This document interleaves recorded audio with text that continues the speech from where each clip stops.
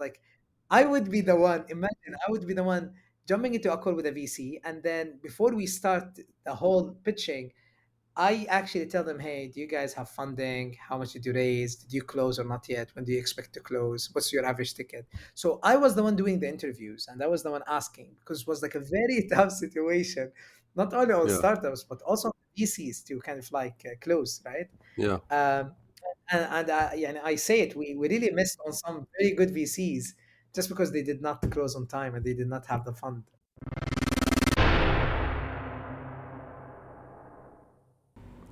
That was the voice of Mohammad AlRazaz, co-founder and CEO of OTO.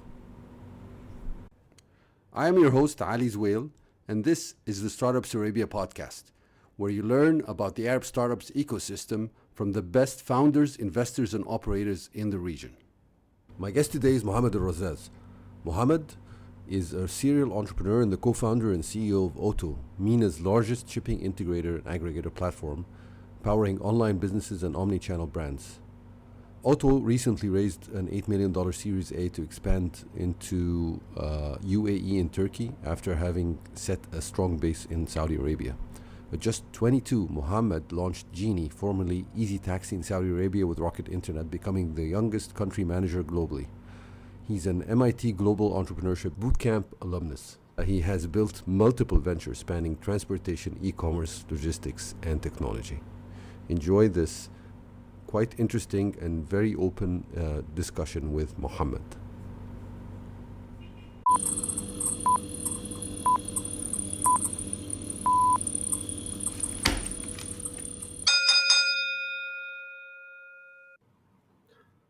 Welcome to the Startups Arabia podcast. I'm happy to have today Mohammad AlRazaz, co-founder and CEO of OTO. OTO is a shipping and logistics company that's kind of, well, we're going to talk about it later, of course, in the interview, but you could say it's a one-stop shop for anyone who wants to to ship stuff to people in the region, hopefully. And currently, definitely in Saudi and in a few other countries. Again, we'll talk about it. But the really cool thing I like about it is the fact that this is kind of a component that supports the startup ecosystem overall, and that's also that you see, for example, in a market like China, and having this component in the region is going to be, I think, a great multiplier for the region. Again, we'll talk about it. I don't want to waste more time in the intro. Thank you very much for coming on, Mohammed. Thank you, Ali. Thank you for hosting me. I'm super excited to be on your podcast.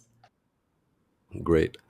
Me too. All right. So I was thinking about how we're going to start this conversation, and as I researched this episode, I noticed that you started your career in a not a very typical way, in the sense that you had the highest high school score in the Kingdom of Saudi Arabia, and you got a full scholarship to a very good university. And when you graduated, instead of, for example, joining a multinational or something like that, which maybe your parents would have been happier with, I don't know.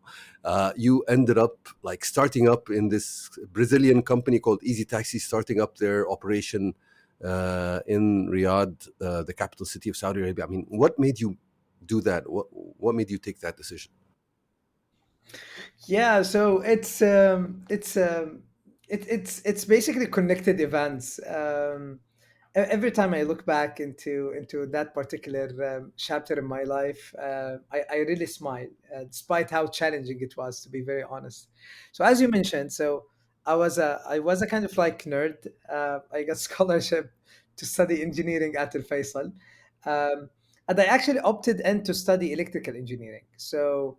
Um, I was in the first batch of the whole university, so the university was actually quite new. So I applied and I got the full scholarship. And on the second year of the school, someone from the college of faculty, the college faculty, they came to me and he said, "Listen, Muhammad, you are the only one who's gonna study electrical engineering from your group, so we don't have the option of building the whole faculty and department for electrical engineering only for you. So you have two options. Either you're gonna join the secondary group who wants to study industrial engineering, and there's another option. There are like three guys. Imagine like three guys was actually a kind of like the critical number to open a new department Yeah, within the university, and they were studying aerospace engineering. I wasn't excited for both, honestly. I felt like I mean, industrial, I don't want to work in a factory or whatever. And aerospace, that sounds like not exciting at all for me. So they told me either you actually join one of these, or you can actually skip a year. So you can join us next year. And by then, there are like five guys who wants to study electrical engineering. So I told them, listen, how about we come up with a kind of like a middle way? So I suggested if they can basically extend my scholarship for one more year and cover that year, and they allow me in that year to kind of like take any elective course and any course within the university. It requires a prerequisite. So they actually took it to the dean's committee, and they got the approval for that. And what I did is that I finished all my electives for the next 4 years. So I took all of these courses, and I started taking all the business courses, the essential ones. So I took business administration, macroeconomics, microeconomics, marketing, accounting. And surprisingly, I was like the number one in these classes. So I didn't know, even like the some of the professors, they had to exclude me from the curve, because like this is the engineering students who's kind of like breaking the curve for the other students. And this is where I got introduced to business, honestly. So um, this is where I started learning about business, about how to build up something. And it was honestly something I really wanted to do since I was young. Just like a very side story, I'm just gonna come back to why did I join EasyTaxi by that time. But when I was a little kid, my father and my mother, they used to take us. I have a big family. We're like six siblings, and the average number of siblings each one of my aunts or uncles have is around 6 to 8. So we're like a lot of we're like a big family. Wow. So we go to a garden during the weekend. One of these public gardens, and or in public parks, and everyone would be playing, jumping, blah blah blah, and I would be the kid sitting on the table, not doing any of these activities, just staring at the lady who's selling all of these sweets and candies and chips and all of these Yep. stuff. I wonder, like, this, she's like super smart. She's selling the right product in the right place, right? And I Absolutely. really wanted to be that guy. So I told my mom, like, listen, next time I want to buy some stuff and I want to sell it in the garden. And my mom would shout, like, no, this is not allowed. The police will take us. And I'm like, no, I want to do it. Blah, blah, blah. So since I was a little, I was kind of like the awkward kid who doesn't play with kids, but he wants to do other stuff. Hmm. But I didn't have the chance. And my career was kind of like already pre-organized in a way that, okay, you're going to graduate as an electrical engineer. You're going to work for ABB or Schneider or one of these big international companies. Yeah. And that's it. So you're going to get married, you're going to have kids, and your kids will become the future employees, and that's Right. it. Um, so that actually what happened. So I actually graduated with an honors degree from Al Faisal Hmm. in electrical engineering. But an interesting story happened in between. So in 2011, I was organizing the first TEDx event in Riyadh. I really wanted to attend a TED event or a TEDx event. There hasn't been any in the region. There was only one in Dhahran. I really wanted to have someone in Riyadh or something in Riyadh. So I decided to organize the first one. And someone, I think a few days before the event, someone from Germany called me. I said, hello, my name is Anas. Listen, my fiance, she's speaking at the event. I would love to come and support her, but I don't have tickets. Can you fit me in? I'm like, sure, man, just come. We'll get you in. He attended the event, and then he gave me a call to thank me for that. He said, can I meet you, man? I'd love to meet you. I'd love to get to know you. I'm like, sure, come to the campus. Let's meet in the university and let's talk. And he started telling me about a crazy idea, and he started throwing terms like e-commerce. I mean, 2011 e-commerce, that did not make any sense. And he told me Not in that, our region. Mohammed, me and a bunch of Germany, not in our region at all. Me and a bunch of guys in Germany we're doing something called e-commerce. We're selling things online that you can actually buy it, etc. Blah blah blah. And we would like to expand to the region. Would you like to maybe think about dropping out of school, man? Just go to Dubai, build up the business for us, blah, blah, blah. And now, coming from a family who really appreciate having their kids getting a scholarship, this is like committing a suicide, dropping out of university. It won't be accepted at all. So I said, let's get in touch and let's see what we can do. And literally, I was ignoring his emails and everything. Anas was actually the co-founder of Nemshi. That was back in 2012, Yeah. right? Yeah. So we stayed on touch. He actually came to Dubai and he built Nemshi with other guys. And when I graduated in 2013, he actually connected me to Rocket Internet, which by that time it was the company who actually built Namshi in Dubai. And they wanted to build a new venture called EasyTaxi. So I met with the MD, Iyad Al Qassar, who's today the co-founder of Club. And he told me, man, what do you think about this business? We talked about it. When I went back home, he sent me a WhatsApp message. He said, listen, would you like to jump in and join us in this? I said, you know what, let's do it. And this is how I ended up building EasyTaxi in the region. Nice. So no second thoughts. You didn't think, how am I going to tell my parents this is totally different from what I had planned?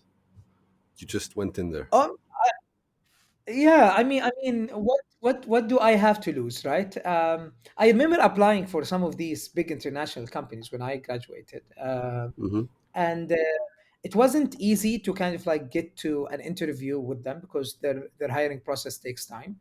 I did an interview with one company, and they really wanted to kind of like hire me, but due to the hiring quota, they couldn't do that. So I said, you know what? Let me just try out this company. What is the worst thing that could happen? If the company does not do well, I still live with my parents. My mom still cooks for everyone in the house. So I'm not going to die. Yeah, it's going to be fine. I'm going to find a place to sleep on. I'm going to find some food to eat. And I was a fat guy by that time. So eating for me was a big thing. So I was like, yeah, that's already available.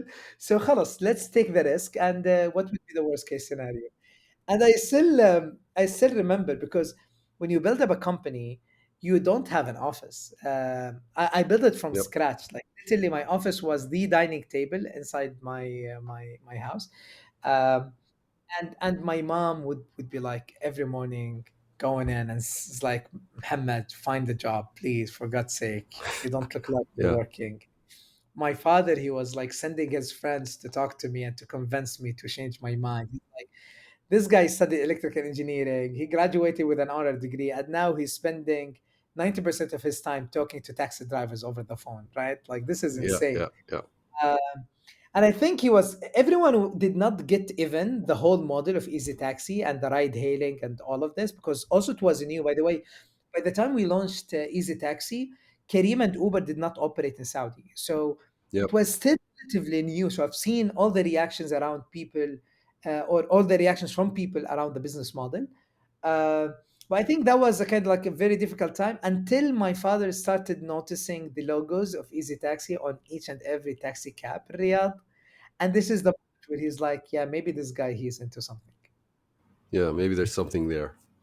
So, Yeah. okay. And after that, you actually, before Otto, you worked on two other startups, Launder and Jak, before actually starting Otto.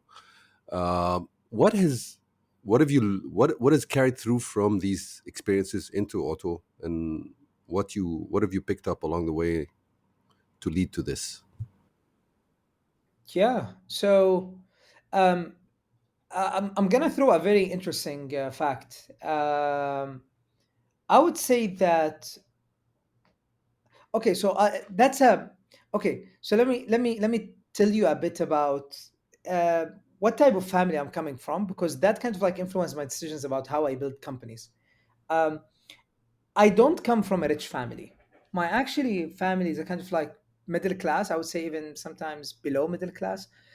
We came from like a very small family because we have a lot of siblings. Even my father couldn't afford having his kids in private schools, so I studied in public schools. Everyone, actually, all of my siblings, we study in public schools.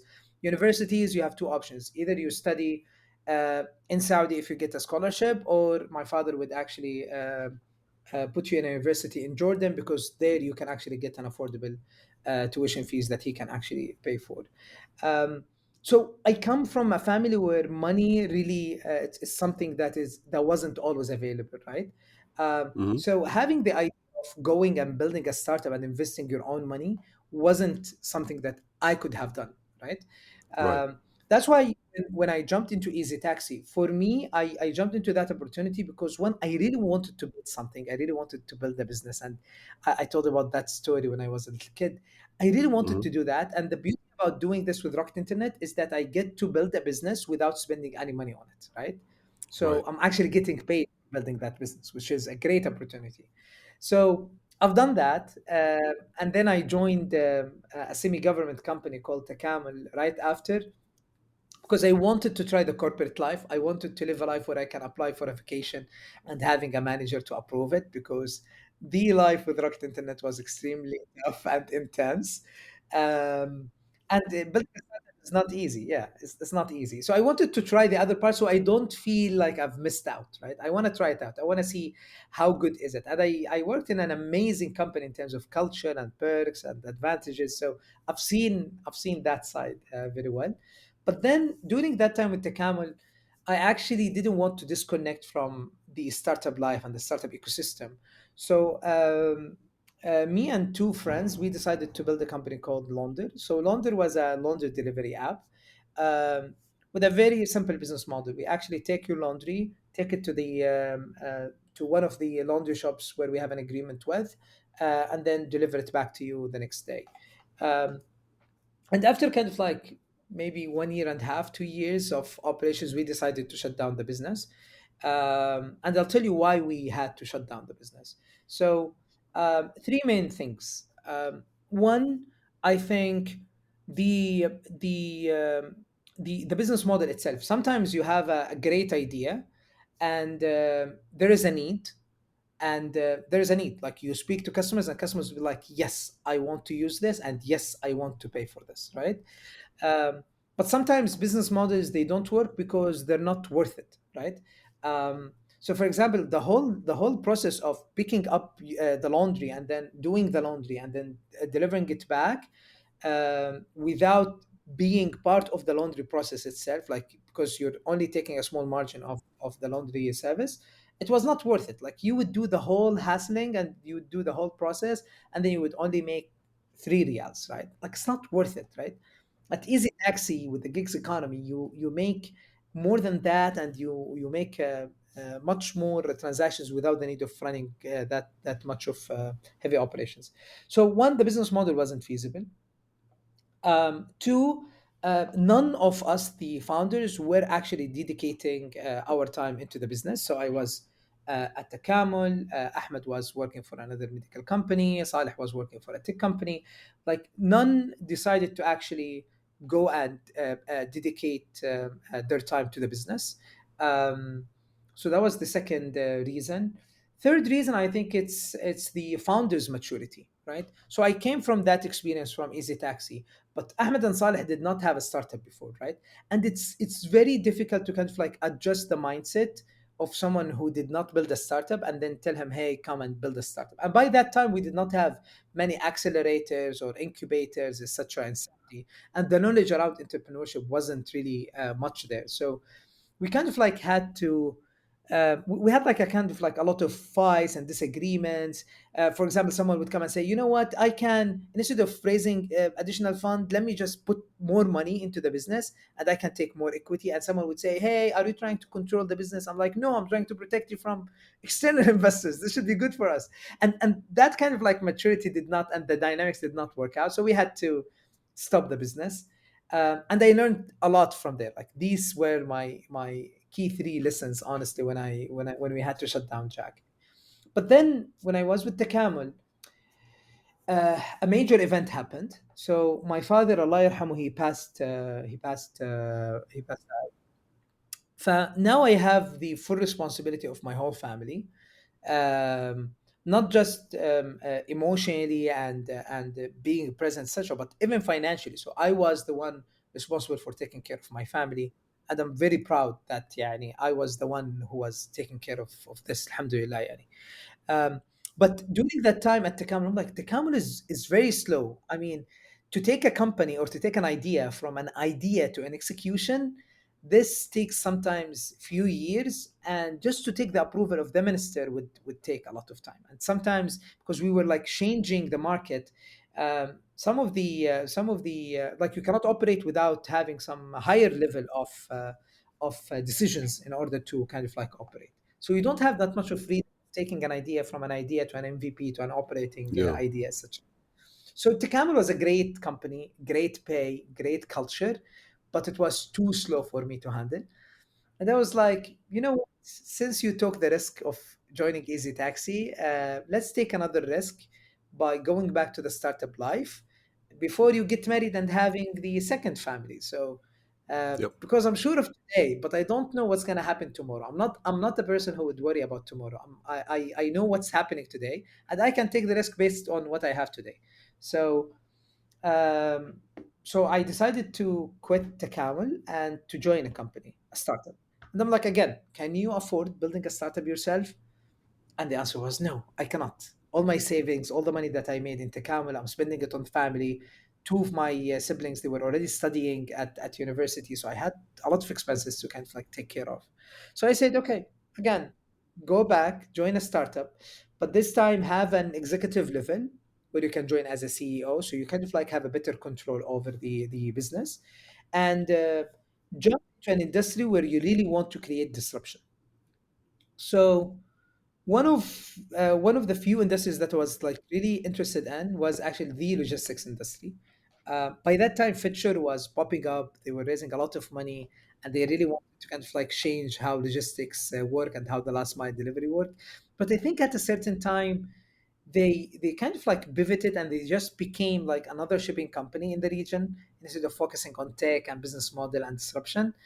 So this is where I was like, there is something there. Let me just join a company. So I joined a company called Jak. Jak was a peer-to-peer delivery app where people they would use Jak to deliver items between themselves. So I joined, and they wanted to have someone to run the show.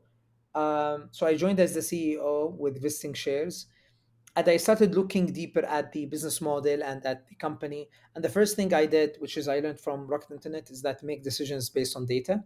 So I went and I started looking at the recurring customers, etc. And I noticed that there is a very strange behavior happening there.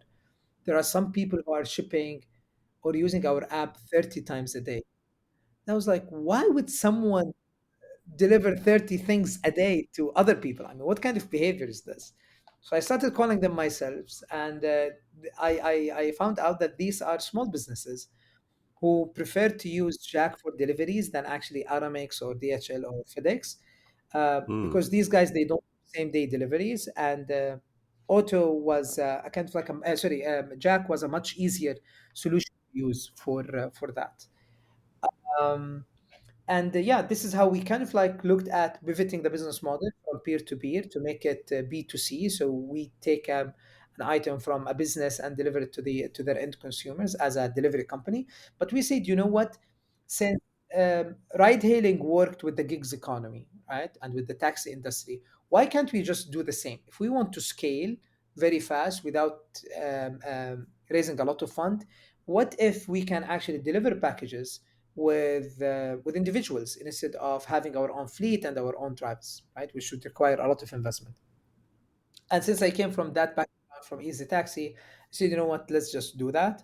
So we actually started recruiting the people that Uber and Kareem and EasyTaxi would not allow them into their platform because they have all their cars or whatever. And in Right. shipping, usually the car is not part of the Doesn't experience. Like matter. you really don't, Right. right? Doesn't matter. So we said, let's tap into these guys. So we got access to a very good fleet. We started operating them as delivery agents to deliver packages. And it worked. The model worked, honestly. We used to deliver 1,500 to 2,000 packages a day. Wow. Um, until the idea of auto kind of like started to pop up from there, because for me as a CEO of a delivery company, I found it extremely difficult to get into new accounts to sell our service, knowing that we are a same day delivery company, we're faster, and even we were pricing our services at a cheaper rate than the other of the shipping companies because we were a small startup. Still businesses wouldn't use us, and I would see a big resistance for them to kind of like use us. They used Mm. to give us a wrong feedback that oh, you guys are only in Riyadh. We would like to work with someone who's covering the whole kingdom, and that's where you sometimes you don't need to listen to your customers. So they were giving us the wrong feedback. But when I really dig deep, because we actually went and expanded our services into 7 different cities, but still we did not see a huge growth in number of clients. And then when I dig deep, I found out that the challenge wasn't in expansion, wasn't in coverage. It was actually in them onboarding our company, because that would require a technical integration and also a manual process of handling our account financially, paying our invoices, assigning the orders to us compared to the other delivery companies that they're working with. So for them, it's an operational hassle. So the operations manager would be like, you know what? I'd rather to work with 2 companies than actually working with 3 or 5. So Interesting. if you're not as good as the others, I would not work with you. Um, Right. so in order for me to kind of like grow the business, I said, we are a same day delivery company. So let's try to tap into these businesses who have physical stores and shops in different cities, so we can kind of like take the inventory from their nearest shop and deliver it to their customers. So I started to sell that model, and it was surprising to me that even businesses with the brick and mortar shops, they would still use their centralized warehouse to fulfill their e-commerce orders and not to touch any of their inventory in their physical stores. And the reason for that was, one, they don't have the tech to assign their online orders to their physical stores, and two, they don't have the system that it checks the inventory between these different shops and assign it to the nearest one, and the connectivity to the delivery partners and clients. And this is kind of like what we ended up The missing um, link. link that resulted in auto. But yeah, يعني Jack and Launder was actually me trying to learn new business models, and again trying to build a business with the minimum investment possible. And in London, I didn't invest much because we were like putting some pocket money to run the show. But in Jack, it was trying to understand the industry kind of like deeper before I jump into building the next company.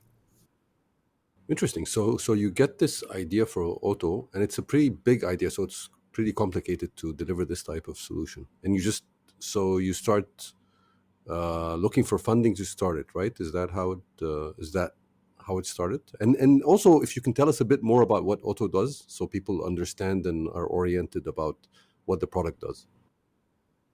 Yeah, of course. So during that time, I remember 2018. I kind of like got really excited about this challenge and this problem. So I started looking globally at solutions that we can basically use and maybe connect Jack to it as a delivery company and kind of like sell that to our clients. Uh, and I only found one company in the UK, company called MetaPack. But MetaPack was like a very complicated kind of like solution. They don't give you a solution out of the box or on the shelf. They actually give you a code that you have to kind of like customize, and you have to do like you have to have an engineer if you want to use MetaPack in order to kind of like connect the system together. It was really complicated, no clear pricing, nothing. So, and they couldn't find anything in the region. So this is where, and subhanallah, by chance, by complete chance, I actually met with Furqan Uzar, who used to be my teacher at college. So Furqan, he actually finished his master degree in his bachelor's in industrial engineering, and then master degree in logistics and supply chain. And then he came to Al Faisal University, where I studied college, to teach us some courses. So I had a few courses with him. Um, and then, subhanallah, I left, I graduated. He actually worked in telecom companies for a while, and then he decided to build a software development house with his brothers. So we met by coincidence in 2018. I was like, "Hey, Furqan, what are you doing? What are you up to?" And he's like, "I have my software development house. What are you doing?" I told him, "I'm running Jack. Listen, since you have this development house, how about I share with you an idea? Maybe you can help me build." And I told him about the idea and the gap, and he said, "Give me 3 weeks. I can come up with MVP." In a month of time, we had an MVP ready to be tested with one of our clients, and we actually tried out the service, and it was amazing. Like we used to deliver orders in 3 hours. It was honestly magical. Wow. Um, and then I started to kind of like look, what can we improve, what can we enhance, etc. We started developing the solution piece by piece. During that time, I got a call from the board. So Jack was trying to fundraise, and the reason for fundraising wasn't because we did not have funding, but actually Jack was built by a joint venture. So it was a one marketing agency and a one human resource development company. They joined forces together and they wanted to build that particular product. The chairman of that human resource company, he was one of the royal family, and he got a senior role in the government. Um, so part of that process is that he has to kind of like let go of his own personal businesses Right. in order not to Divest. have any kind of conflict.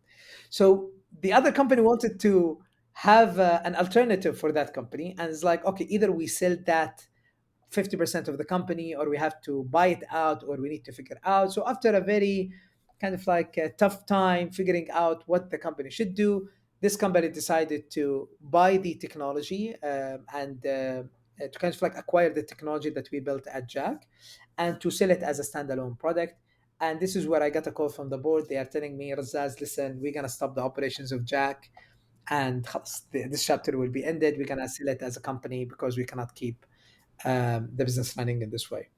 So for me, I was like, wait, so what should I do now? Either I go and join one of these companies, like I got a lot of companies who really approached me, wanted me for a job, or I should basically pursue this idea.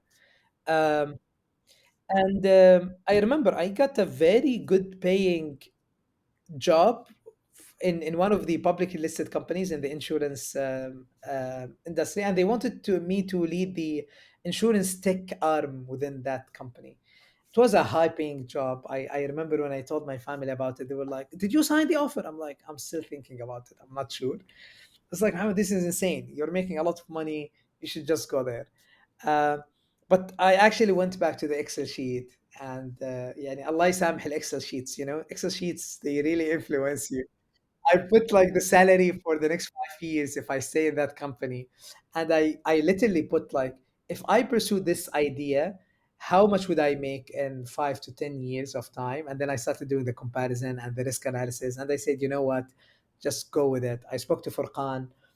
He said, "You know what, Muhammad? I'm already taking the risk by running this software development company.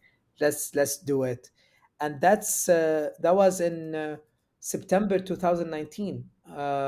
So for Khan and I, we decided to do it. But here is something. So I learned from Launder that you have to be at the same kind of like knowledge and understanding around the startup ecosystem and how things work in startups, so you minimize the failure rate. So what we did is that I told Furqan, listen, I cannot fund the business and you cannot fund this business, right? And we cannot just go now and fundraise because all what we have is just an idea and an MVP. We even don't have revenue. So we decided to apply to 500 global, 500 startups. Mm-hmm. They had an accelerator in Saudi in collaboration with MESC. So we applied for 500 startups, and we got accepted. We were lucky, honestly, because we were the only pre-revenue company in that cohort. And I remember they told me, "Listen, Mohammed, you need to provide us with a company name." I'm like, "Company name? I don't have a name for this." And we started brainstorming ideas, retail Pre-name, plus not just whatever. And pre-revenue. pre-name, pre-logo, pre-everything. So we decided to name it Auto, OTO, and the name uh, I mean, it means online to offline because we were fulfilling the online orders from the offline stores. So we said online to Mm, offline, and right. uh, and also it means automation, which is kind of like the key value of what we are building. So we named it Auto. We need a logo. Okay, what logo should we do? All the shipping companies, they have colorful logos, right? And we don't want to be misled and to be confused by a shipping company because we're not a shipping company, we're a shipping platform. Mm-hmm. So we decided to put black, square black with OTO in the middle, and this became our logo since inception. We applied for 500 startups, and this was my initial agreement with Furqan. Listen, you join the accelerator program, and I will work as a consultant, and I will pay for all of your expenses, because he was traveling from Turkey and he would stay here in Mm. Riyadh for like 3 months. So I said, listen, I'll take care of your expenses and you just focus on the program. Um, and that's how we started. So I took some consulting work and I used to share that with Furqan to pay his own expenses. And we kept doing that for 3 months until December 2019, when we graduated from 500 startups. We actually raised $275,000, 50,000 from 500 Global, 225 from angel investors who were actually friends. They even did not understand SaaS, logistics, nothing. They just believed in us, and they were actually the people who I worked in a consulting project with. So they were like very excited to put their money in us. And in March 2020, 1 week before the lockdown, we launched what's called Auto. We did not know that this was the perfect timing, and this is how the whole story started. Um, and just a short description of Auto and what we are building. So Auto is simply a shipping gateway. We're building a shipping management software that helps um, online businesses and omni-channel brands to ship, manage, track, and return all of their online orders from their physical stores or from their centralized warehouses. And we connect them with more than 300 shipping couriers from one consolidated dashboard. Businesses and brands, they can ship using their own contracts. So if they have contracts with the shipping companies, they can onboard their contracts to Auto and use Auto to kind of like monitor and track and manage all of their shipping operations. Or they can buy shipping labels directly from Auto. So we have built a marketplace where businesses can go and compare rates and buy a shipping label without the need of signing any contracts with any of the shipping companies. And we have built a driver app. If they want to deliver using their own fleet, they can still use Auto, and they would be able to kind of like um, mix and they design their own strategy on how they would like to ship between their own contracts or buying third-party logistics label, or basically using their own fleet. And this is how the whole idea of Auto kind of like evolved. And so it's is it how does it make money? Is it a SaaS model, or do you depend on the like a commission from the shipping? It's a hybrid model. So we have the SaaS, the subscription fee, and we have a transactional fee per label. So we make money on both. So we have on the SaaS side, it can come in a form of subscription or contract value annually. On the transactional side, it's mainly coming from the shipping labels that we are selling, where we are making a margin on top of every label that we sell. Right.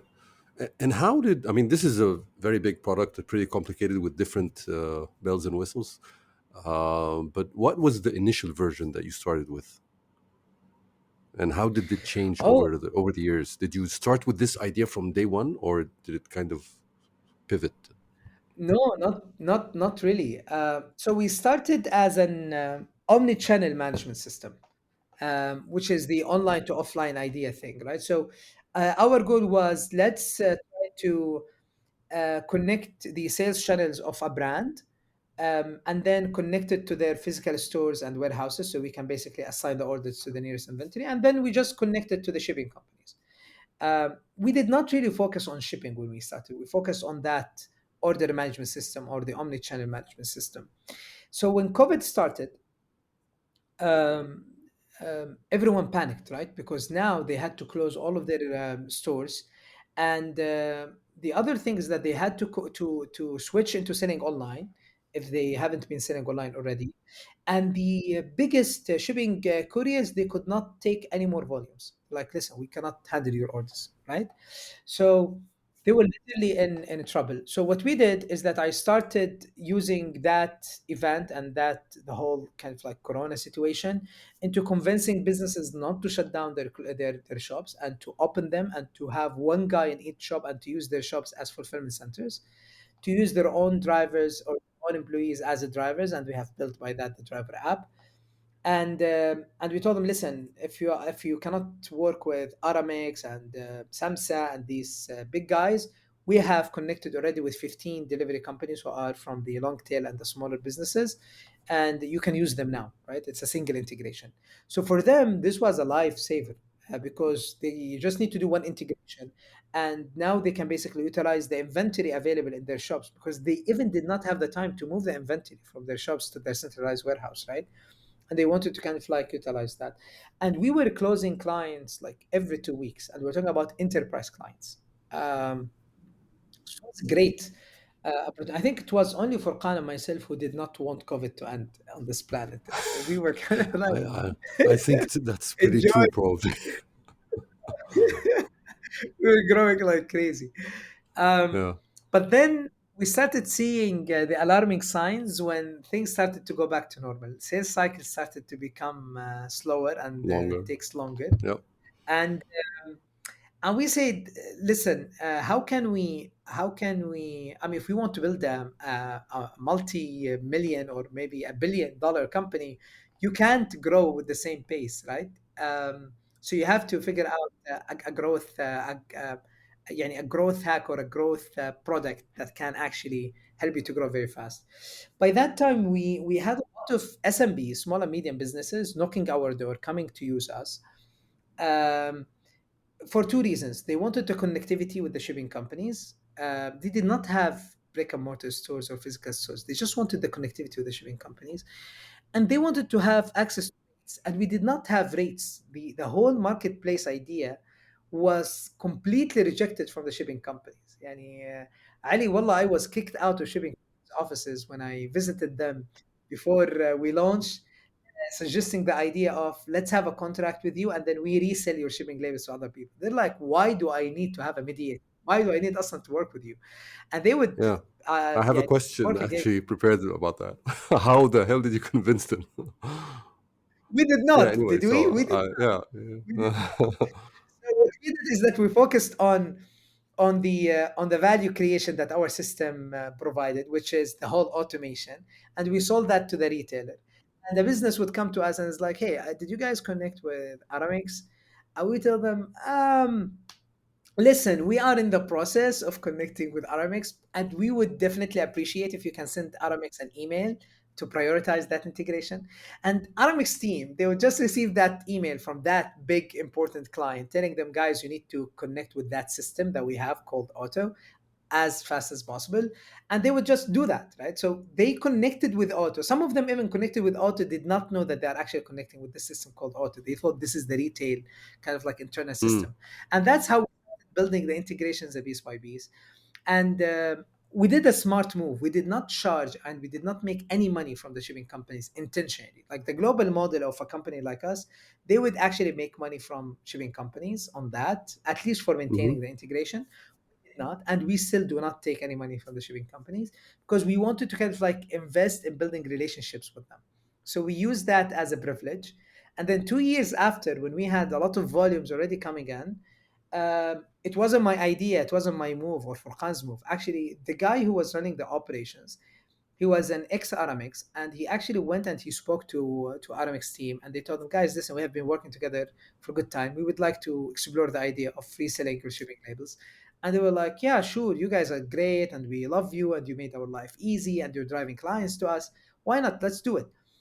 And I was shocked when I had the agreement in front of my table, and we had some very good rates. I was like, that's amazing. So I signed that agreement because I wanted to make sure they don't pull it. And I asked this guy to go and speak with the other delivery companies, telling them like, listen, we're doing this idea now, and Aramis have opted in into this. So that's how we started convincing the other guys to come in because mm, like, oh, if Aramis is doing that, maybe we should step in and start doing this as well.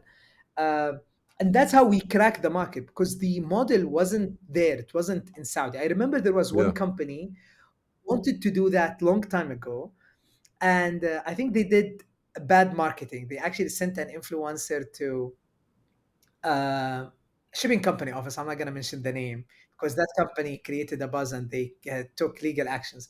So the ad was as following: like a guy would walk into the shipping company office and he was like, "Hey, I want to ship this item. How much should you charge me?" And they told him, "Oh, it's 150 riyals." Like, all right, thank you. Then he's like, "See, I opened this app and now it's here for 20 riyal." Don't come here, just use this app. And the Oh guys wow. like, no way, we're gonna shut this down. And they closed it. And everyone, it kind of like backfired. So it did not work. It was something that had the right position and the right timing. Yeah. But by Probably the left a time bad we taste in did, their mouth. 100%, 100%. So we wouldn't claim that we were the first people to do it, but I would say that yeah, we were the ones who actually unlocked this market, because that history was there, kind of like invested in the business model. So, and this is how the whole marketplace idea was built, and we launched it actually in end of 2021, early 2022, and this is where we actually raised our seed round. We did Mm. $3 million in 2021. It was the largest seed round for a SaaS company in the region. We couldn't believe that, yani, SaaS wasn't yet public and attractive for investors. So we kind of like also we're happy that we're kind of like making that change from the VC side. And that's how the whole business model started to evolve. So we said shipping labels what the SMBs they want. Our complicated enterprise systems would not work with these SMBs, so we had to kind of like go and simplify our enterprise solution to a very simple, easy to use kind of like solution, which is, by the way, a learning to share with everyone listening to this podcast. Don't do that. It's extremely difficult to move from an enterprise product to an SMB product. It's way much easier Hmm. to start with the SMBs and like develop and add features as you go and then tap into enterprise. Um, but I mean, this was a lesson learned, and we did not know that. And Yeah. yeah, that's how we ended up building the model. So we found the core value in shipping, and we focused on that. And now the whole omni-channel management solution is just an add-on into the core solution. And we have built a warehouse management system also as an add-on to our solution. So yeah. Right. So you kind of, to kind of summarize, you gave the shippers value intrinsic to the application itself, or to the SaaS platform, and they benefited from this, and then they would benefit even more from the integrations with the shipping people, with the shipping companies. And so they pulled it from the shipping companies. If you had gone directly to the shipping companies at first, maybe they wouldn't have been so welcoming. But when their customers tell them, I want you to integrate with this platform, so now you're integrated with them, and then the next step is easier to start, you know building on that, I guess, traffic. So um, but really, I want to dig down on what you just said about it being hard to move from enterprise to SMB, and but vice versa is not as hard. Why do you say that? Can you tell us more? Yeah. So when you start as an enterprise solution, um, UX and UI doesn't really matter. There is a very interesting behavior around enterprise solutions. Usually, they don't have a great UX UI, right? And that's because usually the people who works in these enterprise businesses they care much more about the reliability of a feature than actually how good the feature looks, right? Um, so we were building a lot of things in a way that is not. It doesn't have to be kind of like. UX UI appealing. Even يعني I remember I was like telling Furqan and the rest of the development team like Furqan, I hate the design of our dashboards, and we should change Mm. that. And again, Furqan is another data driven person. He's like, all right, sure, I'm gonna launch a survey, and we're gonna see how would our clients rate our UX UI, and it scored 90%. I'm like, okay, I can't say anything, even Yeah. if I don't like it. Our clients they liked it, right? So it wasn't as ugly as the other enterprise businesses, but it wasn't easy enough to move from sales-led growth into product-led growth, right? Because when you build a SaaS solution, you assume or you put in your backend that I want people to kind of like find me online and then go to my website and then sign up and then use me without the need of talking to anyone. That was impossible to be done with Auto when we started. Like we really had to knock the door and then take people into demos and then record the demo and then do training before they start using the solution because the system wasn't that straightforward and that simple. So the tricky part, Ali, was it's easy to add a feature, but it's not easy to remove one, right? Because you're like, that's a cool feature, right? that's a great feature, and there's this impact to the business. I mean, what will happen if we remove it for an SMB, right? And also on the back end and on the engineering side, it's way much easier to build on top of a feature or to build on top of a certain code than actually removing a code It's from true.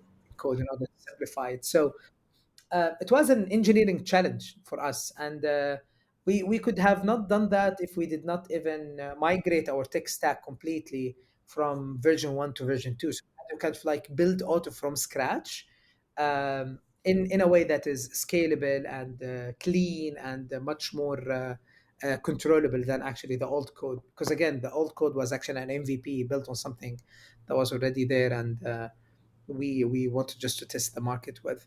Um, so yeah, that was kind of like the challenge mainly. Cool. Yeah, I get it now. And congratulations. You recently, of course, raised your $8 million Series A. Can you tell us more about that and what you plan to do with the funds? Yeah, of course. So that was our first price round at Auto. Um, so as I mentioned, we raised around $3.3 million. It was all in convertible notes. Um, this was the first price round, and you can see from the date of the announcement that we did not raise in the golden times of valuations. Um, So yet I assume like Auto is a really good business, despite the fact that I am the co-founder. But I think if I'm an investor looking at Auto, we had like very healthy unit economics. We had a very good growth year over year. We have a bigger problem to, or a big problem with a big TAM to chase. Um, but fundraising was tough. I remember when I was funded, I think I spoke with around 40 VCs. On the seed, I spoke with around 60. So I've already filtered them to 40 in the Series A. Um, Hmm. and many of them did not have funding. And that was the shocking part. Like, I would be the one, imagine, I would be the one jumping into a call with a VC. And then before we start the whole pitching, I actually tell them, hey, do you guys have funding? How much did you raise? Did you close or not yet? When do you expect to close? What's your average ticket? So I was the one doing the interviews, and I was the one asking, because it was like a very tough situation, not only on Yeah, startups, but also on VCs to kind of like close, right? yeah. Um, yeah, and I say it, we really missed on some very good VCs just because they did not close on time and they did not have the fund. You So started it what, at wasn't the easy. beginning of 2024? Was that when you started? No, no, no, no. I still remember I started fundraising in May 2023. Oh, yeah. So that was really at the bottom of the cycle. Yes.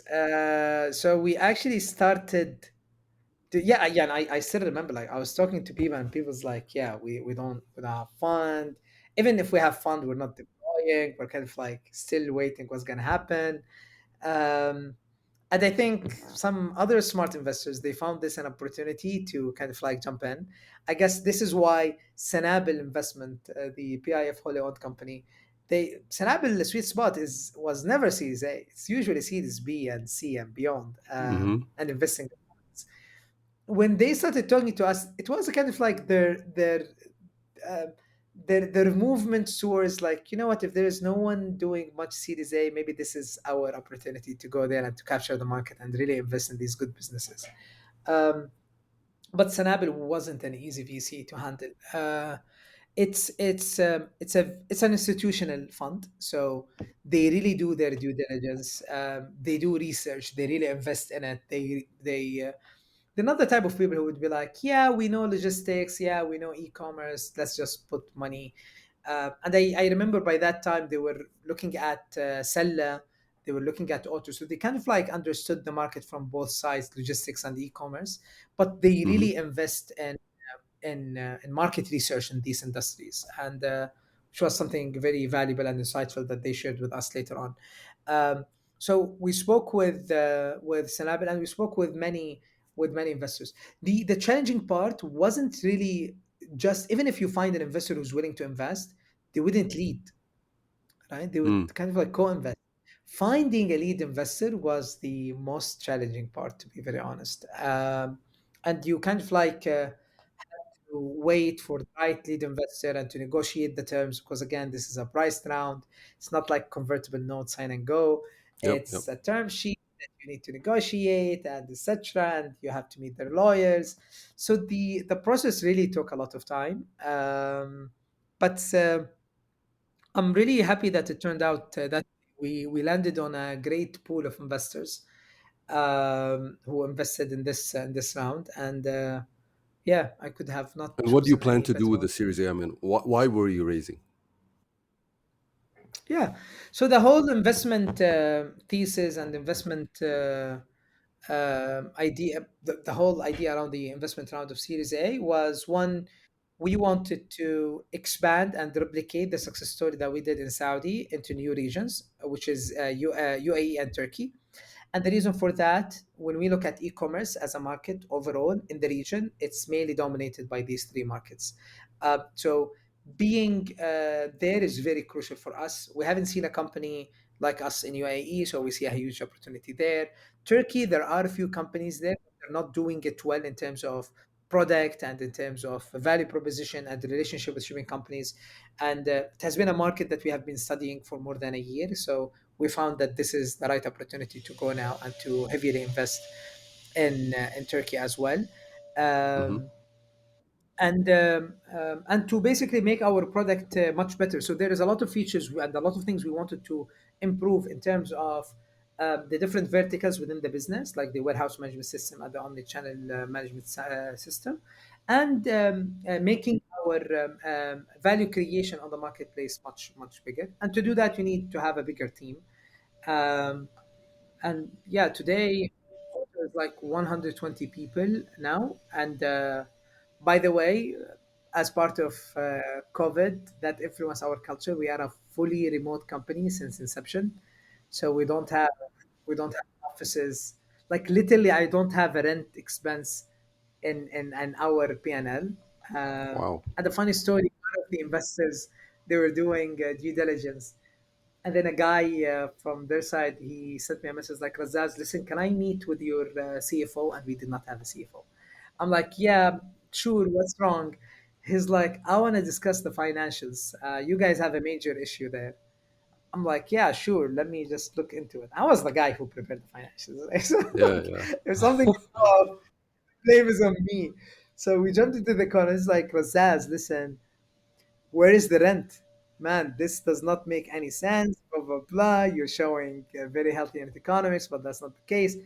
I'm like, yeah, dude, we're a fully remote company, and this is how he got to understand how we operate. Mm. So yeah, that kind of like also helped us to be more bold around actually expanding into different regions and to try to build a solution that could become one day a global solution, which is what we are aiming for, to be the shipping gateway of the internet. And to do that, you Nice. need to kind of like one, break the barrier of being only a local solution in one country into becoming kind of like, already the company is diversified. We have people from 30 cities working with us, and Wow. for us now, yani, we have the guts into moving just into new regions within new countries within new cities without worrying much, since that's how we currently operate as a company. uh, so yeah, this how we did it. And by the way, the whole memo and the details around the round, we actually published it publicly with the Series A. So Yeah. anyone who's interested I know. more about how investors decided to invest with us and why they did it, etc., we actually published that to help the whole region too. Yeah, actually, I'm gonna follow through on that comment, but first I want to. I just think that it's really cool that I think your product can work anywhere because it's not really dependent on local regulations or stuff like that. Everybody who has a similar operation with maybe different omni-channel locations and warehouses can actually benefit from using it. So, and a lot of the shipping providers are used to being all over the world, and they have the same integrations everywhere and stuff like that. So that's something really cool that it can work in the US as well as in Saudi. But are there like synergies with scale? Are there benefits of being in different countries, or is it more kind of like Uber's operation, where every city has its own local network effects and local benefits? But Yeah. There's no real benefit of scale except for the fixed assets being divided over more uh, places or more revenue. Yeah, yeah, good question. So, actually, you're right in terms of the need. Yani in more mature markets like the US or the Europe, shipping gateways or shipping aggregators are the way to go if you want to ship because they're cheaper, much user friendly, much easier to use and to track.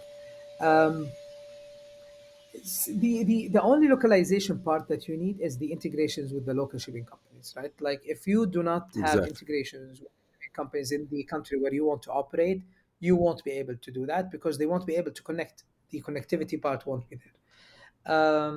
So one thing that we noticed about our region specifically is that the shipping industry is fragmented. We have so many players who are doing last mile. For example, in Saudi alone, there is more than 150 licensed Oof. last mile delivery. So you can Mm, imagine how can you find them? How can you get rates from them? How can you contact them?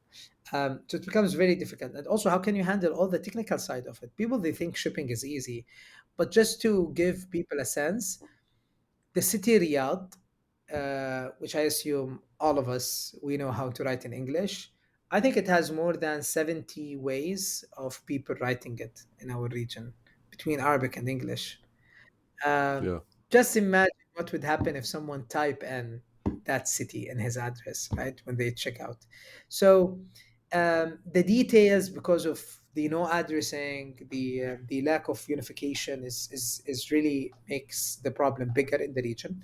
Um, Another thing is the technical infrastructure. So, for example, some of the shipping companies they have 15 stats updates. Some other shipping companies they have 240 stats updates. So, you as a business, how can you map these stats updates? Because you can't just Mm, keep tracking.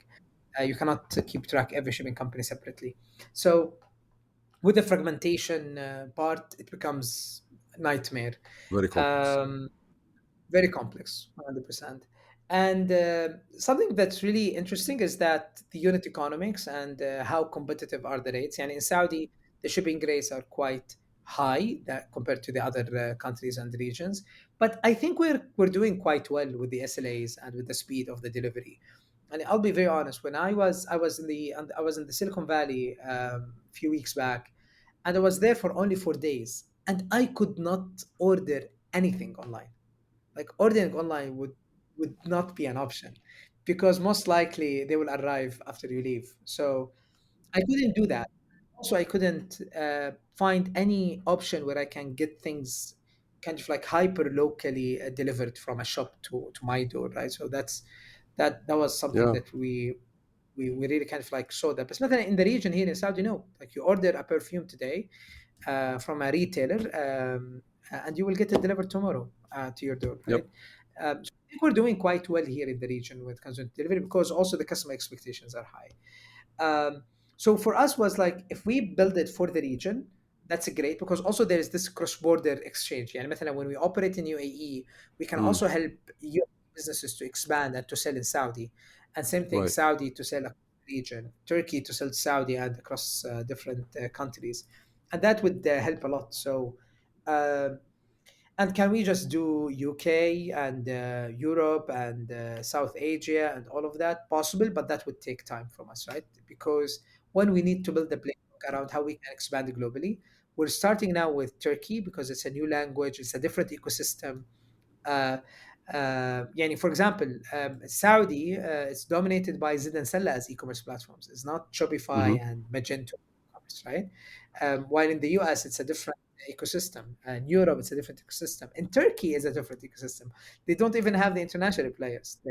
They have the Turkish players there. So uh, build it, once we build the playbook, once we strengthen Exactly. our presence in these markets, I think this where we will be ready for the Series B and to be able to go beyond the region. So in a sense, like the Series A is to build that playbook, not just to expand, but also to build a playbook for Series B and beyond, hopefully. Yeah. 100%. Cool. So going back to that thing about the way you guys announced the Series A was very interesting to me. It was communicated at an excellent level that I don't really see. even in foreign. Usually, it's just a press release, that's sent to TechCrunch and everyone else, and the local startup ecosystem players. But you guys, you published an investment memo. You did a more than 8-minute video of you talking about it and things like that. What made you make this huge investment into how you communicate the Series A, and what was like the thought process behind that? So honestly, one, it wasn't a huge investment. So we only paid for the local agency who recorded me for the video, and uh, and the majority of the video was actually kind of like long shots. So I had to repeat a lot. I think the last part of it was around like 2 minutes. That was a one shot that we did and we published. We try not to do a lot of work there. Um, so we and everything was done in house. So we did not hire a PR agency. We did not pay for any PR, by the way, or any. Yeah, Um, but your time in house, I mean, that's a cost in itself. I mean, the marketing team and the rest of the team working on it, that's work, that's cost. 100%. 100%. And that's one of the reasons why actually made us do the announcement in this way, is that because we want to use that to make it as part of our customer acquisition cost, right? So Mm, think about it. They love fundraising news, okay? right. Except founders sometimes, because it initiates a feeling that I'm not good enough, right?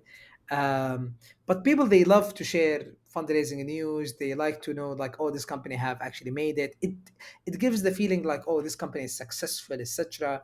Despite the fact that maybe I would disagree with that. And that's what we wanted to deliver in the video. In the video, we said, okay, we start with the news, and then let's use that amazing opportunity of capturing the audience attention, educating them about what's auto.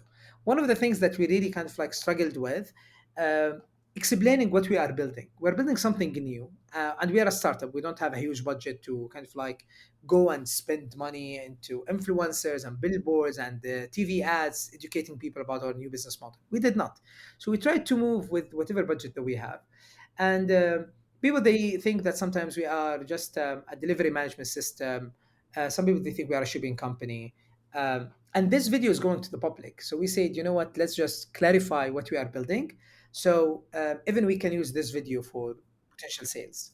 So Right. we spent the next, I think, 2 to 3 minutes explaining what we are doing and what's our business model, and what are our services.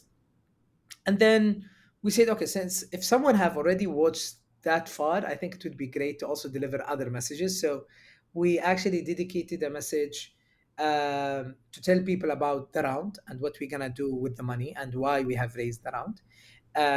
And Also a message to the potential investors who did not invest with us, because most likely they will be watching. They want to see why this company had Sanabel, they had partners, Sedu, Propeller, Suma Capital investing in them.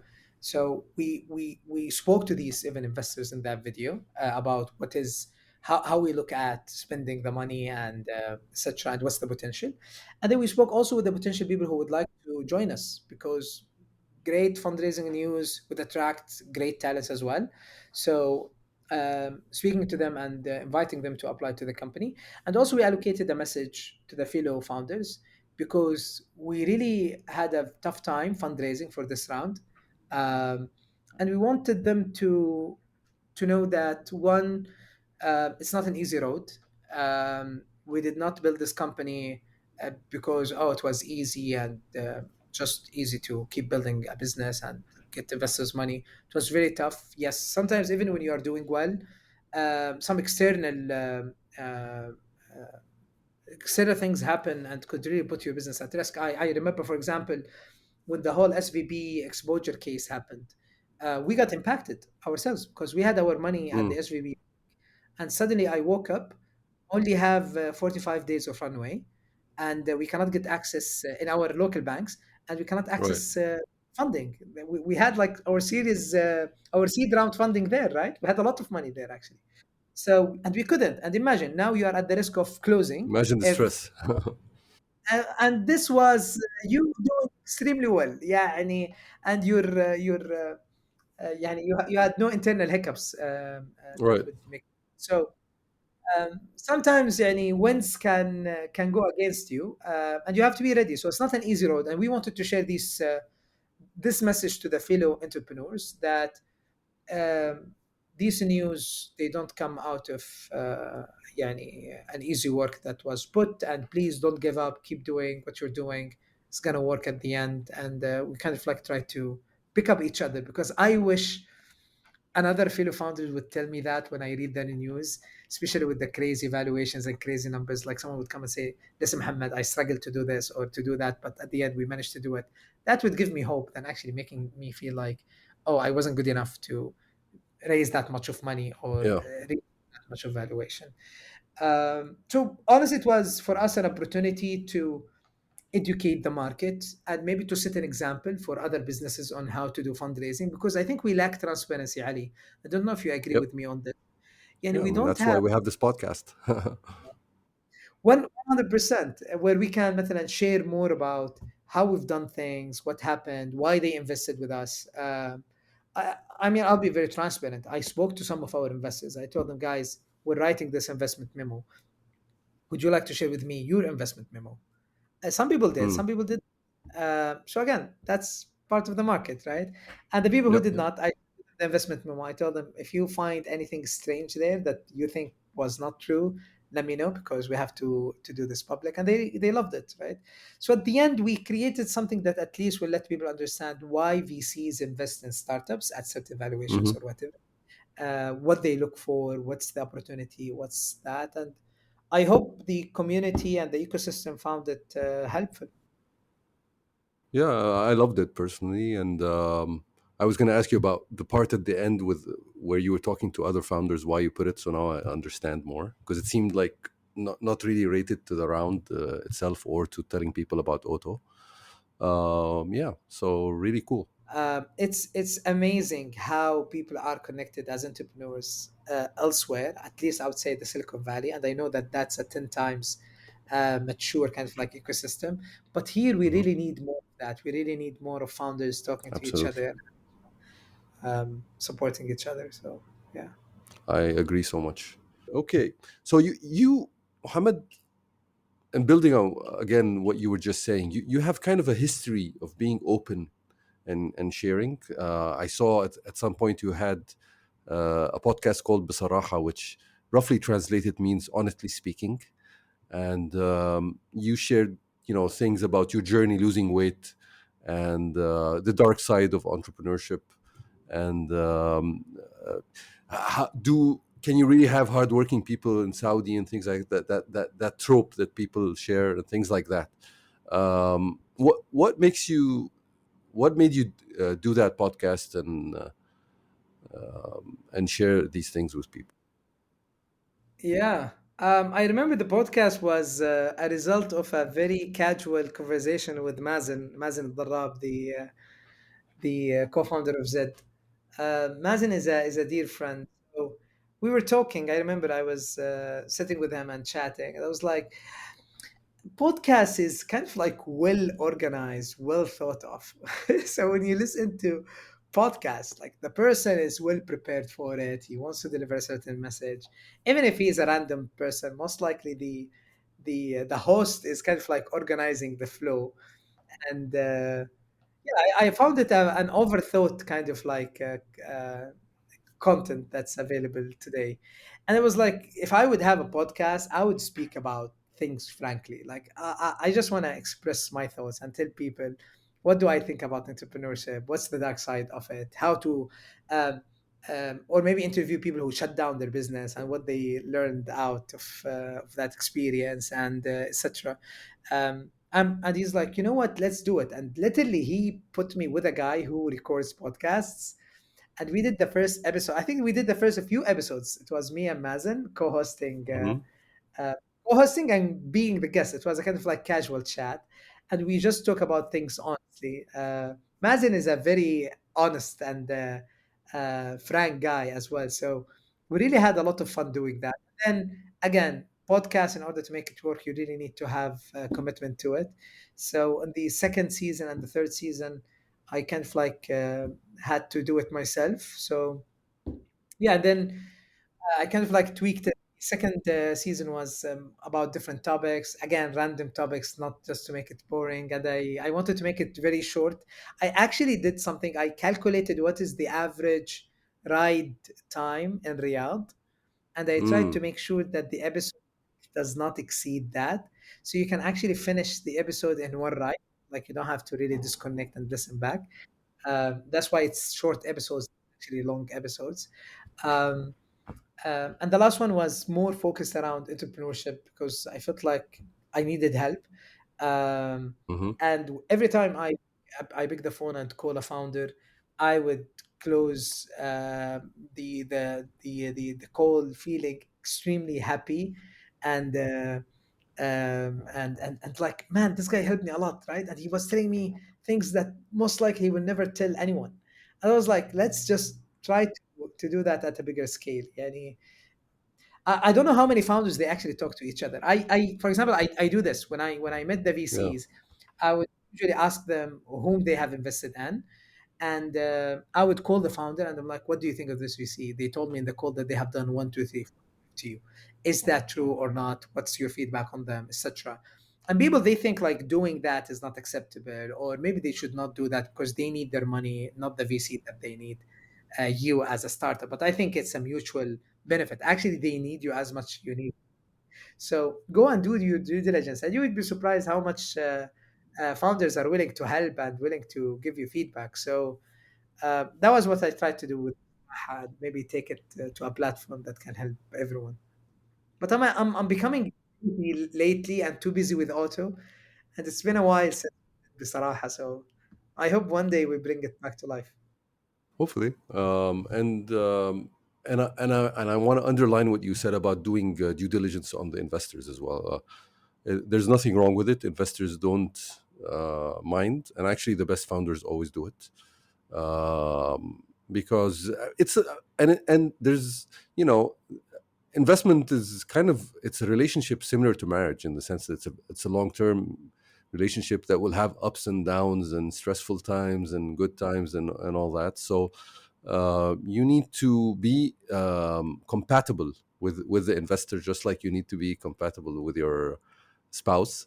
And that's a way to find out if you are. So it's not just about were they good to you or bad to you as an investor, but what are they like as a person? You know, do they feel comfortable with them? Can you be open with them? Because people, there's different chemistry between people and each other. So I like to underline that and encourage everyone to do what you did.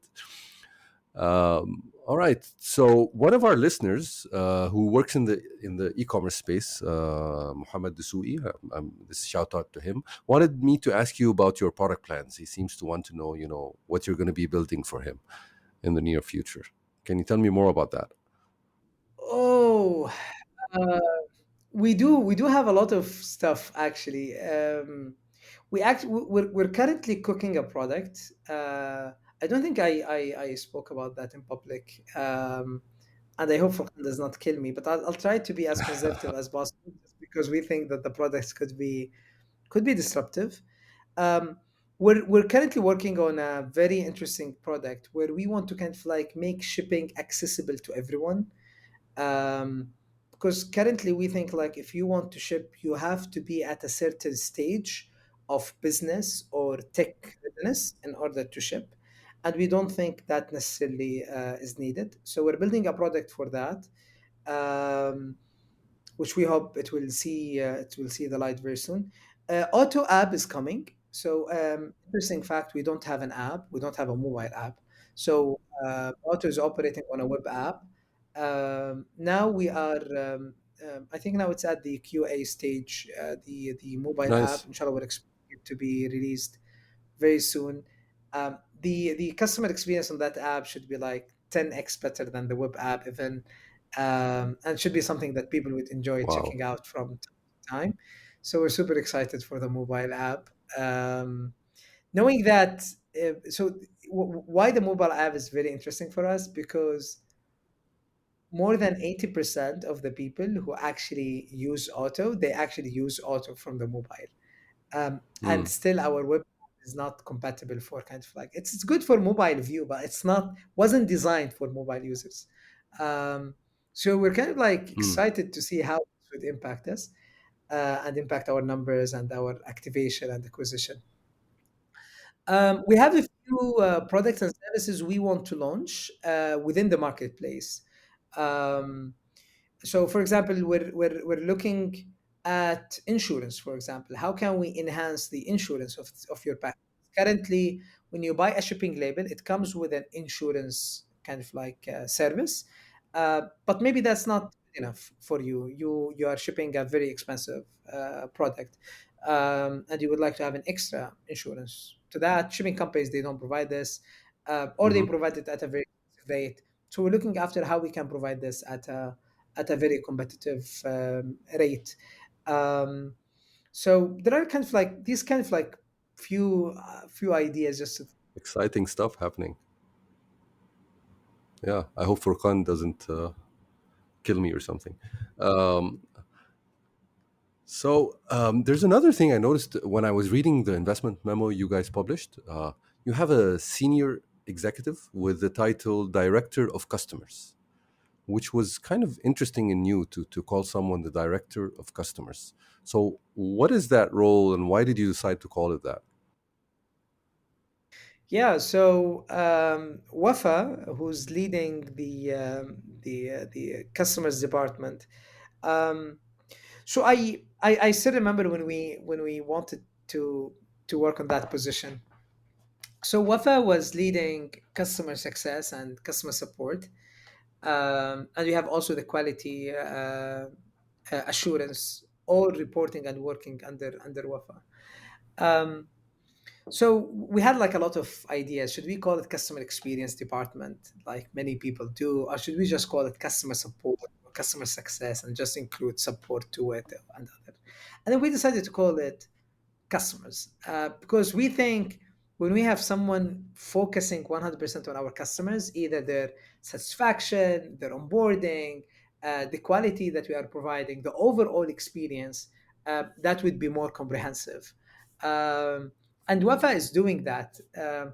Honestly, we're very lucky to have Wafa. I mean, I haven't seen someone who's really passionate about customer success and customer support as much as Wafa. I mean, that's her life. She's like, my life is this.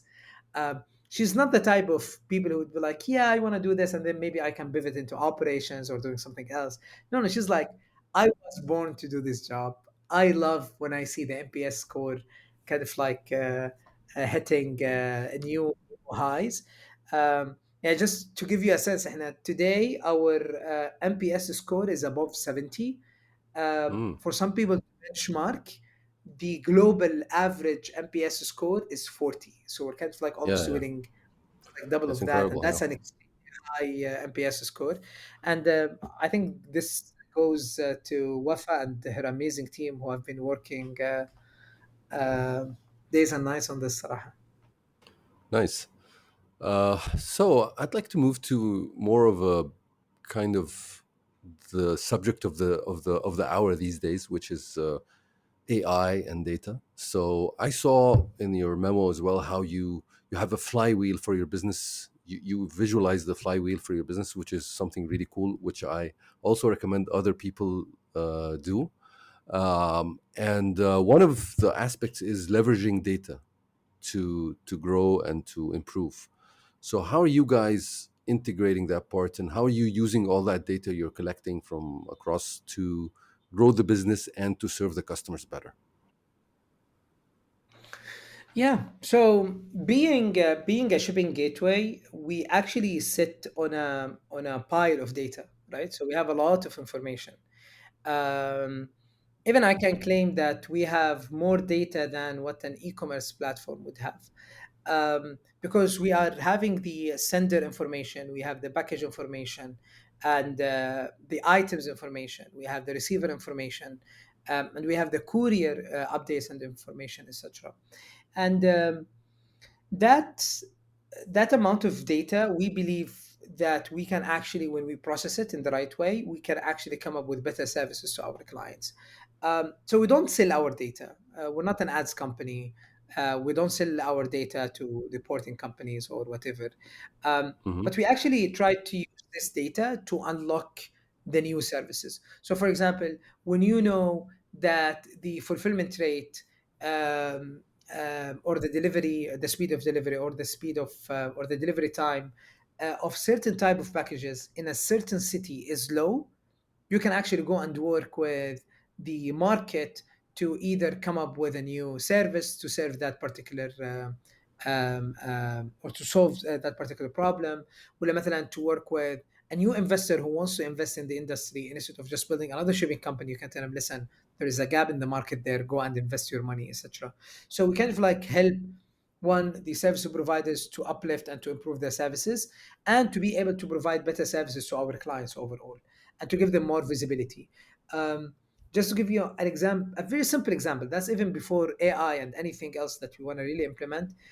Um, Before Auto, people they used to give perceptions about shipping companies, and you would tell him, "How is the shipping company that you're working with?" He's like, "Yeah, it's not really good." I'm like, "Define that." He's like, "Yeah, they're slow." I'm like, "Define that." Um, so they don't really have metrics. They don't have numbers. All what they have is intuitions and feelings. It's like, oh, that's how I feel about about this company. Hmm. But in reality, this company is doing well. But they had like few cases that made that guy upset. So same thing goes from the shipping company. Shipping companies will go and tell the client, "Listen, we are better than this company." I'm like, better in what sense? Pickup rate, delivery rate, coverage, what exact price? And people they used to compare shipping companies based on price only. And that's how people would flip or switch from one shipping company to another. So what we did at Auto is that when we built the dashboard and we started showing all the metrics live in front of the client, they became educated and they became very picky about selecting the shipping company. So now when they sit with a shipping company and the shipping and the sales guy from the shipping company tells them like, hey, this is our price. It's like, all right, that's a good price, but what's your SLA? What's your average delivery time? What's your fulfillment rate? So these questions they were not asked before, right? Now they are being put on the table, and now you are making the comparison apple to apple. So it's not about having a better rate; it's about having a better service, because the cost of losing a customer for a bad shipping experience is way much higher than your savings that you are doing there. So that part kind of like helped also uplift and increase the maturity of the shipping market in the region. Um, and we still believe like we did not do well yet when it comes into data. We believe like there is still more to do with data, honestly, and more to do with data for us and more to do with data for others. Just gonna give you an example. We take data privacy like very seriously. Like even internally, if you ask any person in auto, like this brand who works with you, do you know how many shipments they do? They answer with me, I don't know, right? Like we don't even share that data. But for example, we have built an engine that that helps businesses because, for example, in the perfumery industry, I think we acquired more than 70% of the market share there. So um, we have competitors using Auto as their shipping, right?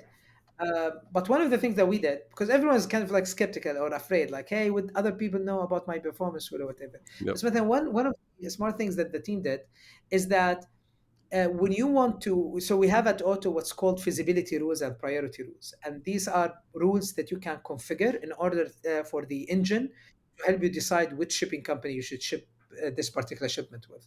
So one of the priority rules is the performance of the shipping company, and the performance of the shipping company. We now do it on two levels. We have the local level, which is the performance of the shipping company with your own account, and the performance of the company with the global accounts, which means all the accounts within Auto, how this company is doing.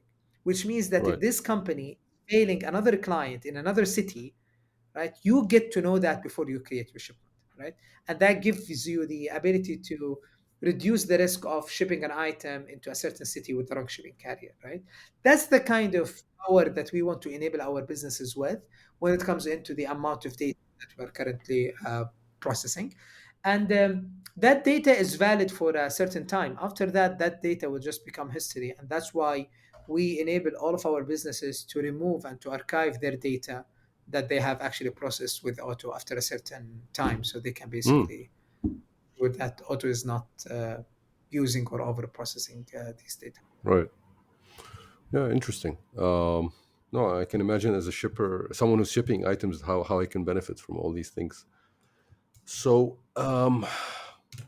how would you, going kind of to the people side of things, how would you advise aspiring co-founders about the co-founder relationship and about what to look for in a co-founding relationship?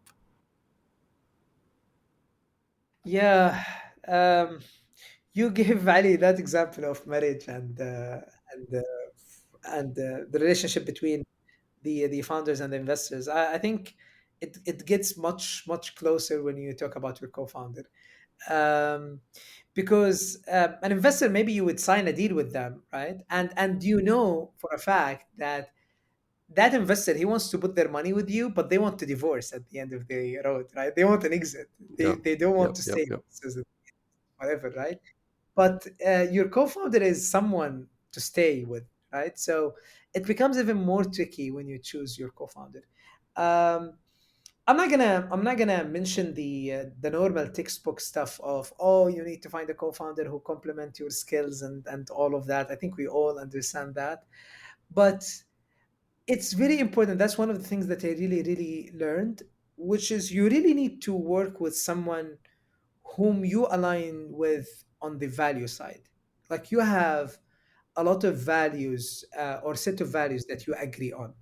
Um, because even if you have what you call synergy, maybe you like to sip a cup of coffee with him or work with him, but if he cannot be your best buddy, despite the fights that you can have and the disagreements, it's really going to be difficult.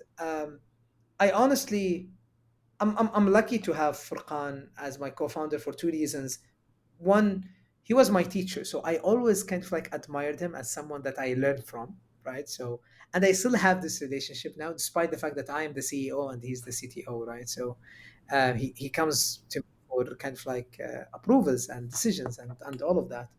Um, um, like I really learn a lot from him. So on the value side, like the way how we, for example, when we decide the values of the company, we didn't take a lot of time. Like Mm, our values were already there. We just wanted to kind of like select which values the company has to be compatible to the company.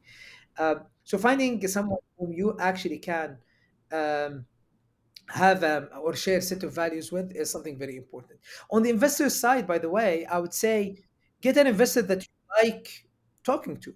And listen, if you don't like talking to that guy, don't take their money. Believe me, like life is short.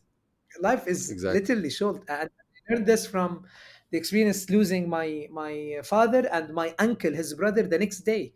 So life is short, and you cannot predict how long you can live. So don't waste Of it course. taking conversation with people you don't enjoy صراحة. فأبسطها يعني. Put that part of your criteria like ticket size, funding availability. Do I like them or I don't like them? Okay, so have Right. that. It's fine because it makes sense. Um, Another thing that you want to have in your co-founder is resilience as well.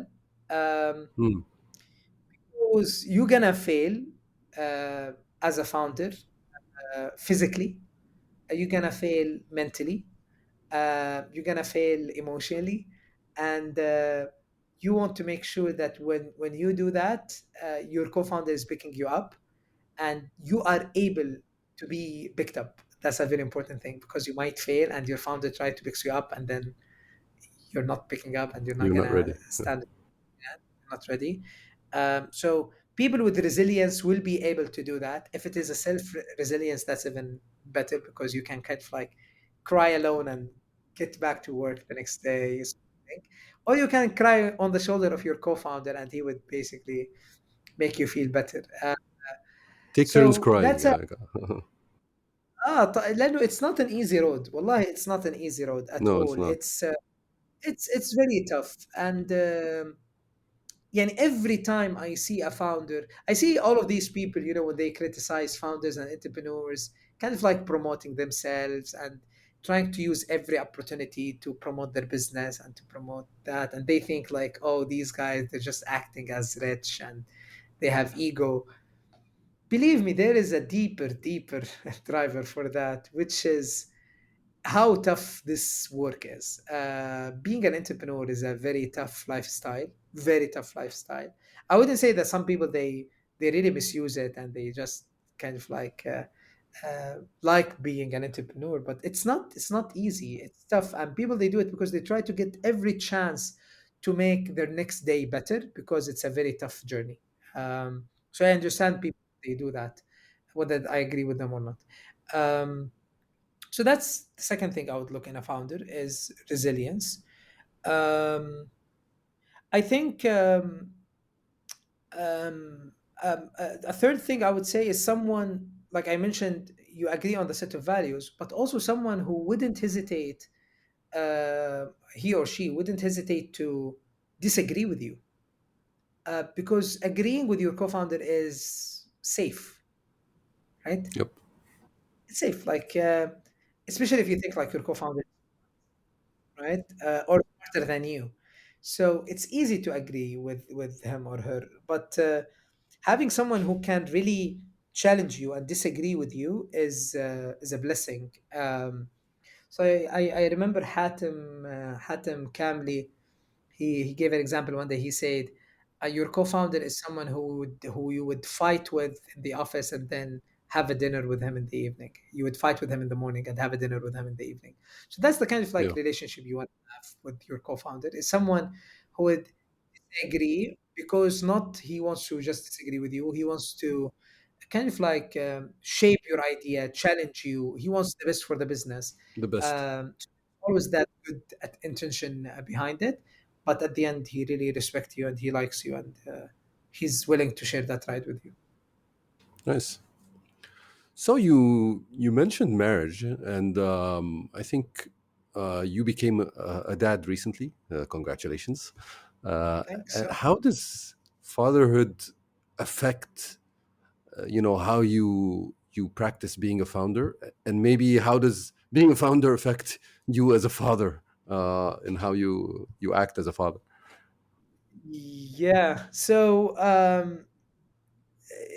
yeah, it's. I mean, being a father is a great feeling, by the way, and it's. I remember when I used to ask people when they became fathers for the first time, how does it feel? And usually people would say, "Tara, it doesn't feel anything different than like normal life," and they would tell me, "Just wait till he or she starts to play with you and engage with you. This is where you would start feeling fatherhood." Um, but honestly, I felt fatherhood on the first day when he was born. So Hussam was born on the 8th of March, sorry, 8th of August at 8 o'clock. What amazing time and date. Um, 888. 888. And then You I should have went called it to. 888, not Hussam. Um, so I actually went to see him, and the doctor kind of like came to me and he wanted to talk to me privately before I see the baby. He wanted to kind of like to explain what I'm gonna see, and he told me, "Listen, the baby is in a good health, but he was sitting in his mother's womb in a way where his leg was actually uplifted. So when you see him, you might see something that might look weird, but it's okay. We're gonna double check. But I'm a doctor. I have to tell you that there might be some stuff happening in the future. We don't know until we." And he was like telling me all of this, and I was listening to him, and I'm like, I'm feeling something different because if this conversation was happening about my nephew, for example, what I would be feeling is empathy, right? I'd be like, oh, I'm very sorry to hear this. What can I tell my sister now? I'm very sorry to hear this news, whatever.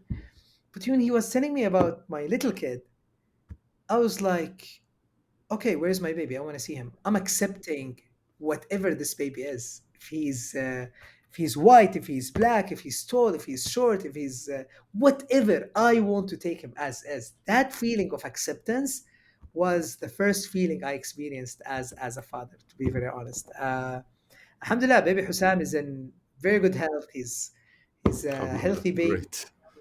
Alhamdulillah, yani nothing to worry about.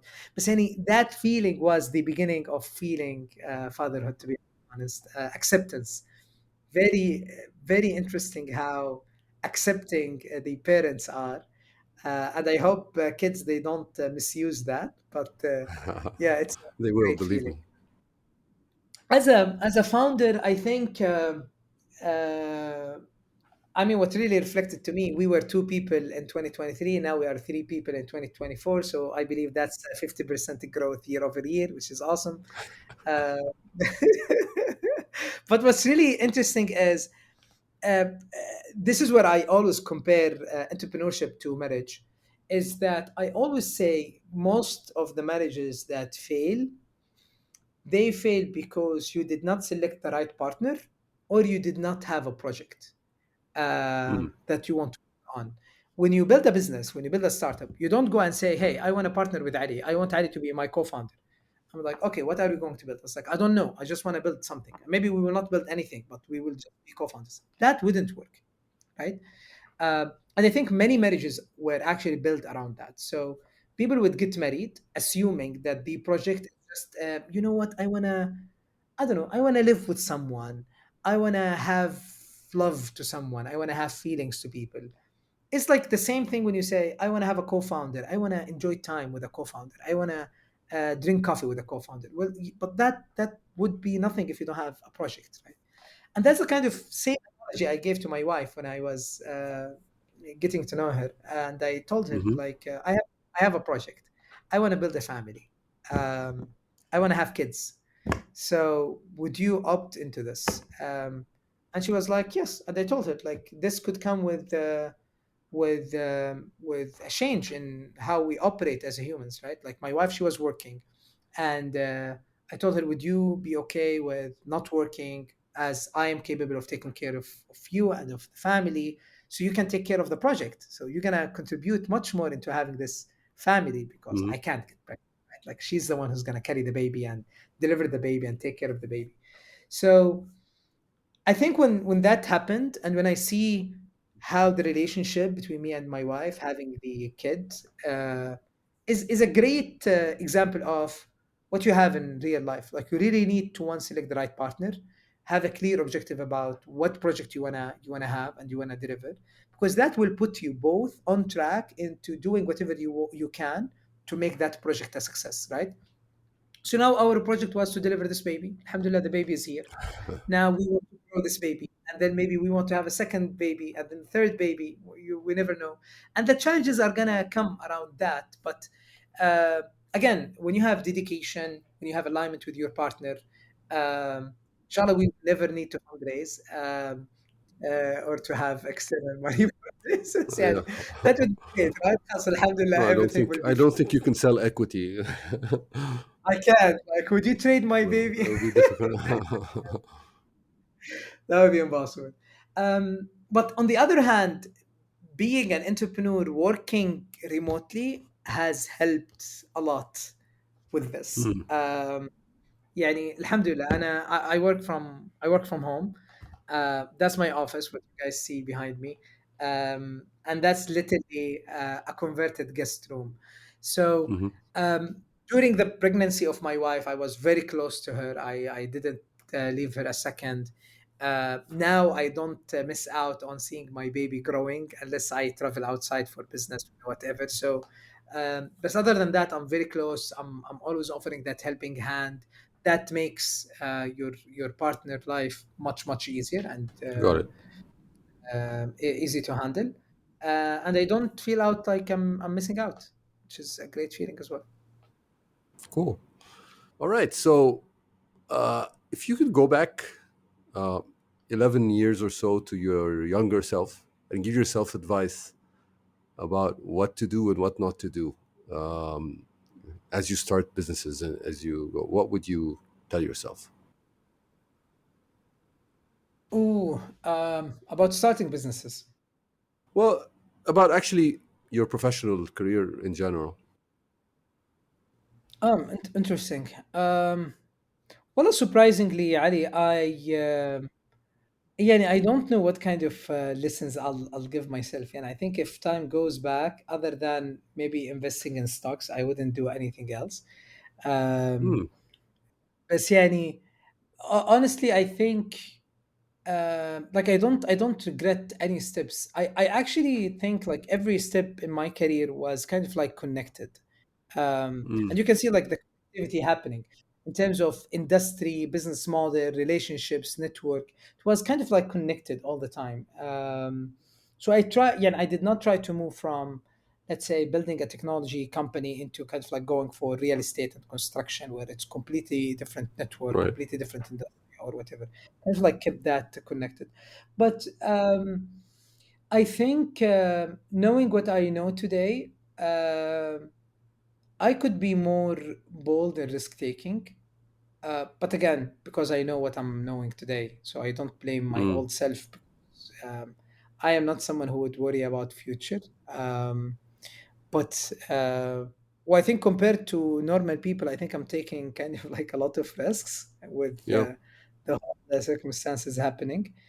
And to the Um, responsibilities you had as well as a young person with the death of 100%. your father and things like that. 100%, 100%. I think there is a lot of lessons learned. Yani, for example, maybe when I see the things that did not work well, مثلا at EasyTaxi, I would be like, yeah, I hope I pushed more for working with private cars than just taxis, because like I pushed for that, but because they had a strategy not to do this, I kind of like took it as is. I wish I Hmm. pushed more. Working with the friends, I wished I understood that there would be a risk of losing friends as well when you work Hmm. on with them and things do not work. I think if I would have assisted the risk and the opportunity, knowing what I was knowing, I would have not done it. For example, um, I I I think. Yeah, I think yani in auto, particularly when I try to think about things that we did or we did not do. um yeah, I think, yeah, what I just shared with people, like I would really reconsider building an enterprise business and then moving it to SMBs than actually Hmm. doing an SMBs and then try to go into the bigger fish. um would have made our life easier. um yeah, don't bank with SVB alone. Make sure you have different banks and your money is distributed between banks. That's Uh, a tough one yeah, to expect. 100%. Now, every time we go into a market, we open three banks. It's like no more one bank Yeah. only. So, policy we learned. And I think maybe one thing, if you allow me, is that spend enough time with family. Yani, I think one of the things that I really regretted, uh, I spent a lot of time at Easy Taxi building the company, so I was away from family. Hmm. And I used even sometimes to sleep in the office. That Hmm. much how I was trying to kind of like, because I spent 8 hours doing the job and then 8 hours learning what I'm gonna do tomorrow. Right? I was a fresh grad. I did not know what's a marketing plan, and my manager is asking me for a marketing plan. I'm not gonna tell him I don't know and find Of course. someone. I would just go and learn it myself and deliver it the next day. So I spent a lot of time building businesses. And the fact here is, no matter what you are building, no matter where you are in a business, I'm sorry to say that, I know it's going to be harsh, but you are replaceable, even if you are a Hmm. founder. I know if I die today, la samahallah, uh, yes, everyone's gonna cry.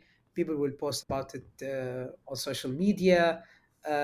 Some people, they might write articles or blogs sharing their feelings. Um, but I would be replaced. Someone else has to come and be the CEO of this company and continue the journey, right? So, Hmm. and that's what I saw when my father died. Allah yarhamu. He worked for his company for around 30 years, and people, when I used to visit my father's office to collect his stuff, people, they used to cry when they see me because they would remember my father. I kind of like looked like him, and Hmm. they would really cry. But I still remember the first day Like I went to his office 1 week after, and I saw a guy sitting on my father's desk, and he was doing his job, right? And when I wanted to take his end of service, uh, the stuff that they calculated, I saw that they deducted like few bucks, like hundreds of riyals. And I told them why. They said, "Oh, we processed some governmental documents for your father, but again, he wasn't serving us in the company, so we have to deduct it from his end of service." I was Mm, like, businesses are businesses at the end. They're gonna move on, and life will move yeah, on without you, right? So, but life is gonna stop, and maybe sometimes does not move on for the people who loves you and who care about you. Make sure you spend enough time with them.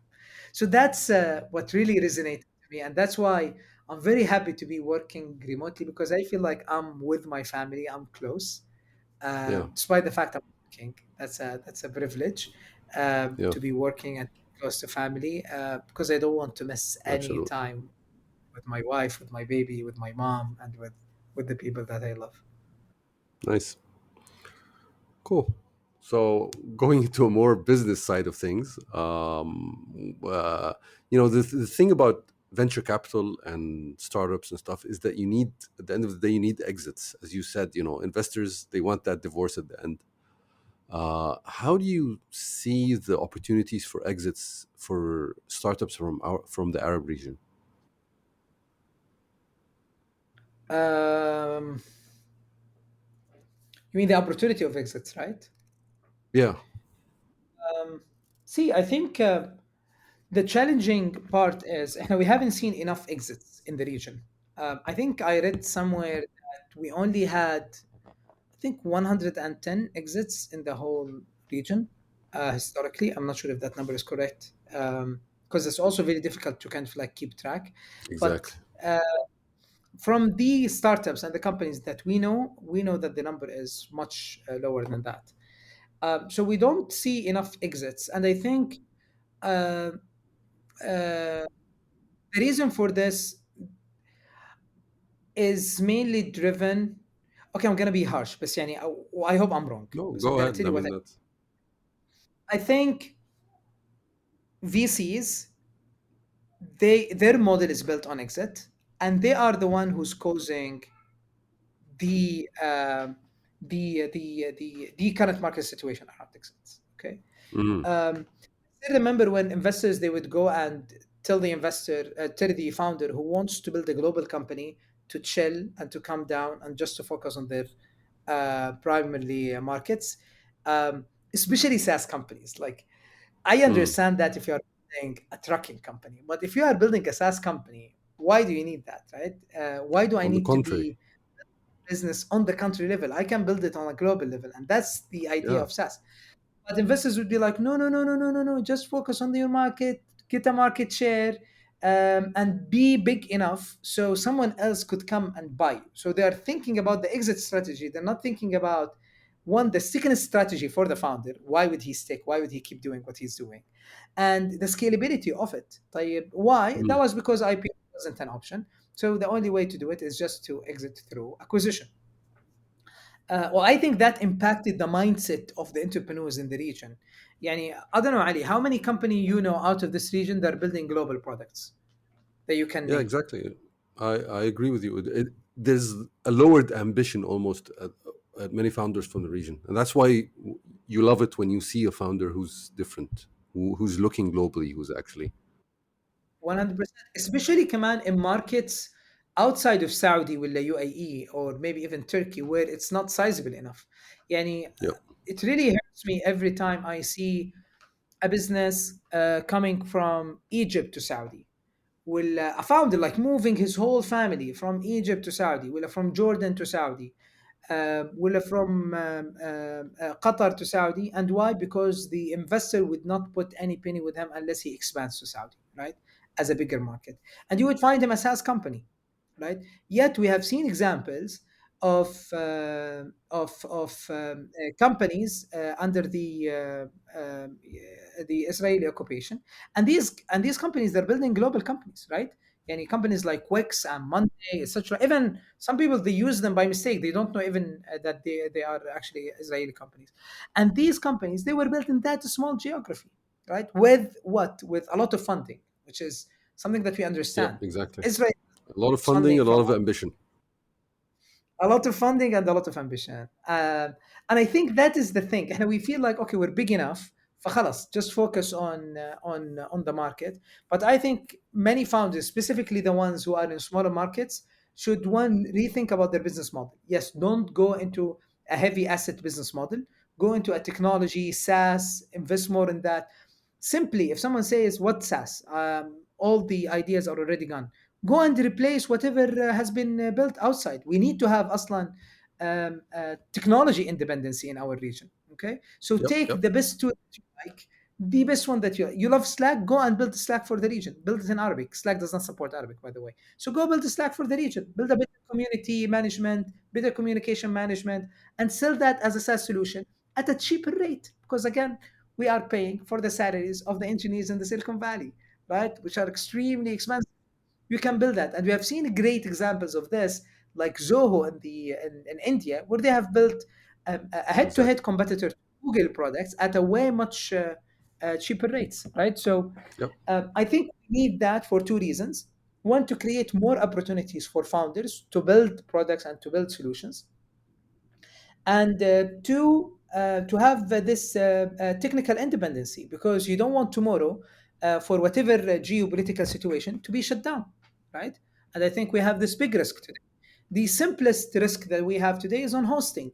We don't have local hosting providers, and I'm sure if you take the top 50 startups, not companies, not corporates, the top 50 startups in the region, and you actually sum their bills, it can build today a more than $50 million hosting company. يعني that's totally now agree. that you Minimum. minimum. يعني طب احنا why we don't have a local hosting company? Right. Uh, why we all depend on Google or AWS وغيرها. So I think there is that risk, and this risk has to be pushed by. I hope it gets pushed by the government. لأنه this is not something on the startup level. I think that's on the national level. But also I hope to see uh, VC companies investing in that type of businesses. And if someone comes today and Right. says, "Oh, I have an ERP system that competes with Oracle," and instead of laughing at him and telling him, "How can you build an ERP better than Oracle?" actually going and investing in him, because he should be the replacement of Oracle in the region, right? And you can simply calculate this down by the total account value that Oracle has in the region. So I hope to see this one day. And then with this, we can have the exits. Now the IPO market is opening up for startups. But again, that is not working as we expect. Many startups, they actually list, go public, and then the stock will go down. Still, the market needs to see more of these startups. No one has the guts to list a company that's not profitable, right? And no one would Yep, advise you to do of that. course. While in the US, you see a lot of companies and startups who got listed not making money. So still, we need time for that. But I think يعني founders, they love these ideas because they feel it connects to them, right? It relates to them. uh, Maybe government entities, it might relate to them from the geopolitical, from the big national of trade jobs and etc. I think I would love to see that coming from VCs, from the money makers and the money holders and the investors who want to kind of like have that replacement. I would love to see a VC saying we only focus on building local technologies, Right. local replacement, whatever is there, because it's much easier to calculate the TAM, to calculate the market. It's a proven business model. Just go and build a local alternative for it and make it even better, and then scale it globally. So I I wish that is there, and I think when we have more of this, I think more exits would be applicable.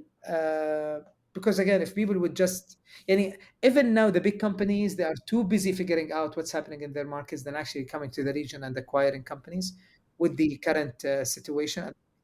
So I don't think that is the right strategy necessarily to do that. Yes, we've seen Uber with Kareem, but again, if Kareem did not scale and grow and create that threat into Uber by the business model and by the branding, it has not worked. And I know, and I think maybe you know, or maybe I should not talk about that, that What? maybe if the acquisition did not help, It did not happen. I don't think Kareem would have made it to its size today, right? It was tough, and it was a very critical situation in Kareem's story, Yeah, right?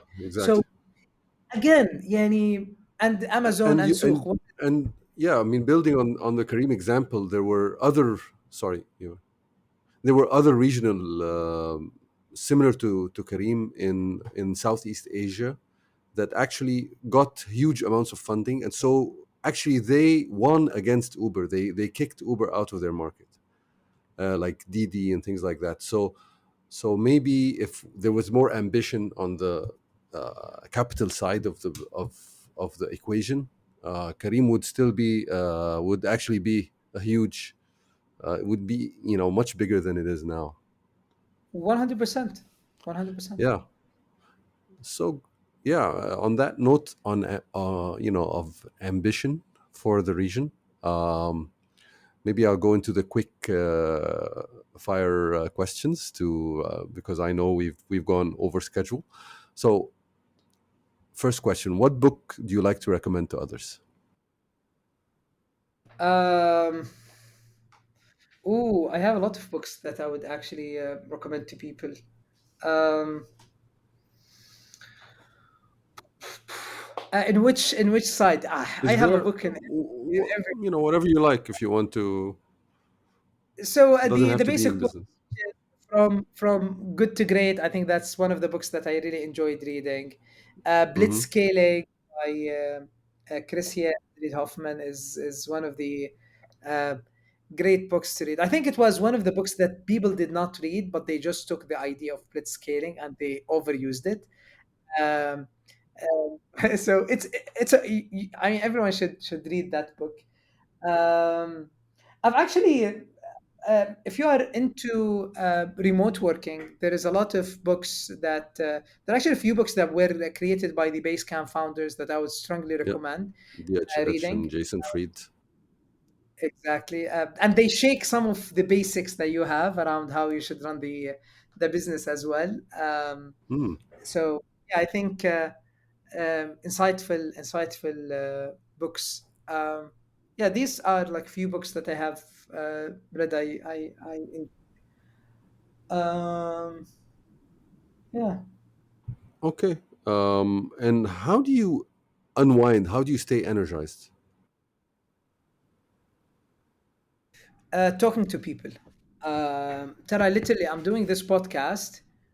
In fact, the only thing I consume since morning is water and black coffee. So, and it's already 4 p.m.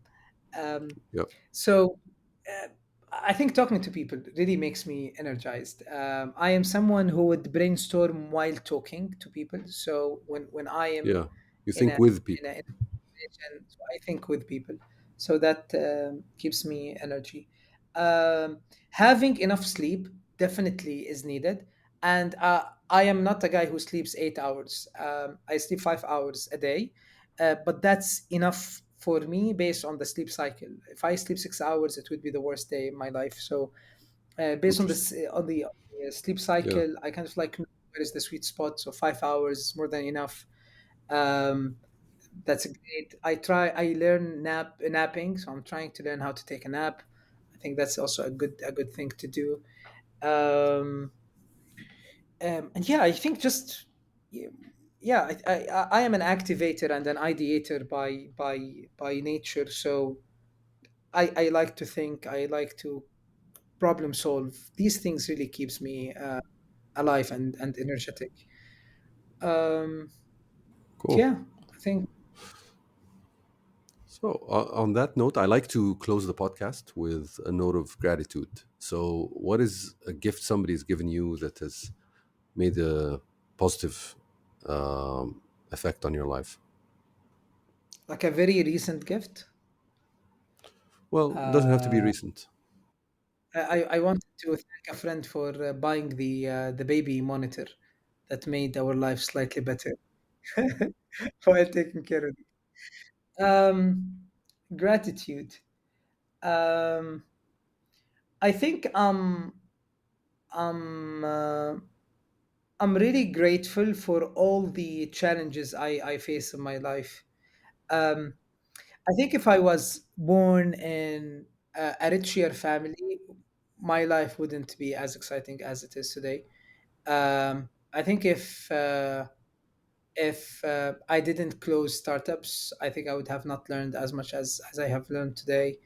Um, I think if I did not take the decision of kind of like disagreeing with my parents and doing what I thought was cool, not even right. I thought was cool to be building a startup. I would have not reached where I reached today. So I'm thankful for all of these challenges. I'm thankful for the mistakes. Um, I think I learn from mistakes. I think everyone learns from mistakes more than things that work. Yeah. Because really mistakes tell you when things do not work, right? But we do a lot of things and we don't know if they would work elsewhere. But we know when something does not work, it means it doesn't work usually, um, unless you need to find another path. So I'm grateful for that. Definitely, before anything, I'm grateful for God. Yani, Alhamdulillah Rabbil Alameen. Um, Despite all the losses I had in my life, I'm grateful. Yani, well, I actually had this moment, Ali. I know it might sound very personal, but a few months back, I actually fainted and hurt my back. So, Mm. um, yeah, my wife was supposed to give me an injection for multivitamins, and I guess I couldn't handle the stress, and I fainted, and I hurt my back. And when I hurt my back, I was laying on the bed screaming, and I was waiting for the ambulance to come and pick me up. And literally, for the level of pain, I felt I was about to to to pass out and خلاص, Uh, to. And my wife wasn't in the room with me when that thought came in. And when I started thinking about that, I did not feel the pain in my body at all. So I felt like I was mentally disconnected um, from my physical body. And I asked myself a question: if you die today, are you happy? Okay. And I was mm. satisfied about it. I'm like, I would have not asked for a better house. I'm not like, oh, I'm dying now with this bedroom, with this amount of money in my bank account, with only a wife, not a baby, with whatever this and that. I wasn't. I was like happy leaving now, right?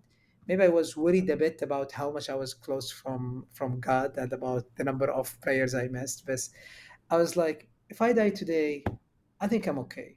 Now after this, I'm I'm really trying to live a life where when I'm in that situation again, I wouldn't regret anything, and I should be just grateful for the life that I lived and for the opportunity. And I hope I'll be leaving يعني, something on this world that people would remember me with. But most importantly, I want to leave with my family, knowing that this was a good guy and we really enjoyed him. So Yeah. So, I mean, I think it would be helpful for all of us to kind of close every day feeling that if we die today, that would be fine. So that's kind of a good way 100%. to keep yourself on the track, so to speak, from day to the next. So thank you very much for your time, Mohammed. Thank you for sharing this with us, and Thank you, Ali. hopefully we'll talk again sometime. Thank you. Inshallah, definitely. Inshallah. Shukran. Thank you for listening to this episode of Startups Arabia podcast. If there was something you really liked about what the guest said today, reach out to them on social media and tell them what you liked. And of course, if you haven't subscribed yet, what are you waiting for? You don't want to miss any of our great upcoming episodes. Also, please rate us and give us comments on our social media accounts so that we know how to improve. And also tell us what you like. We don't mind hearing that either. Until next time, this was your host, Ali's Whale.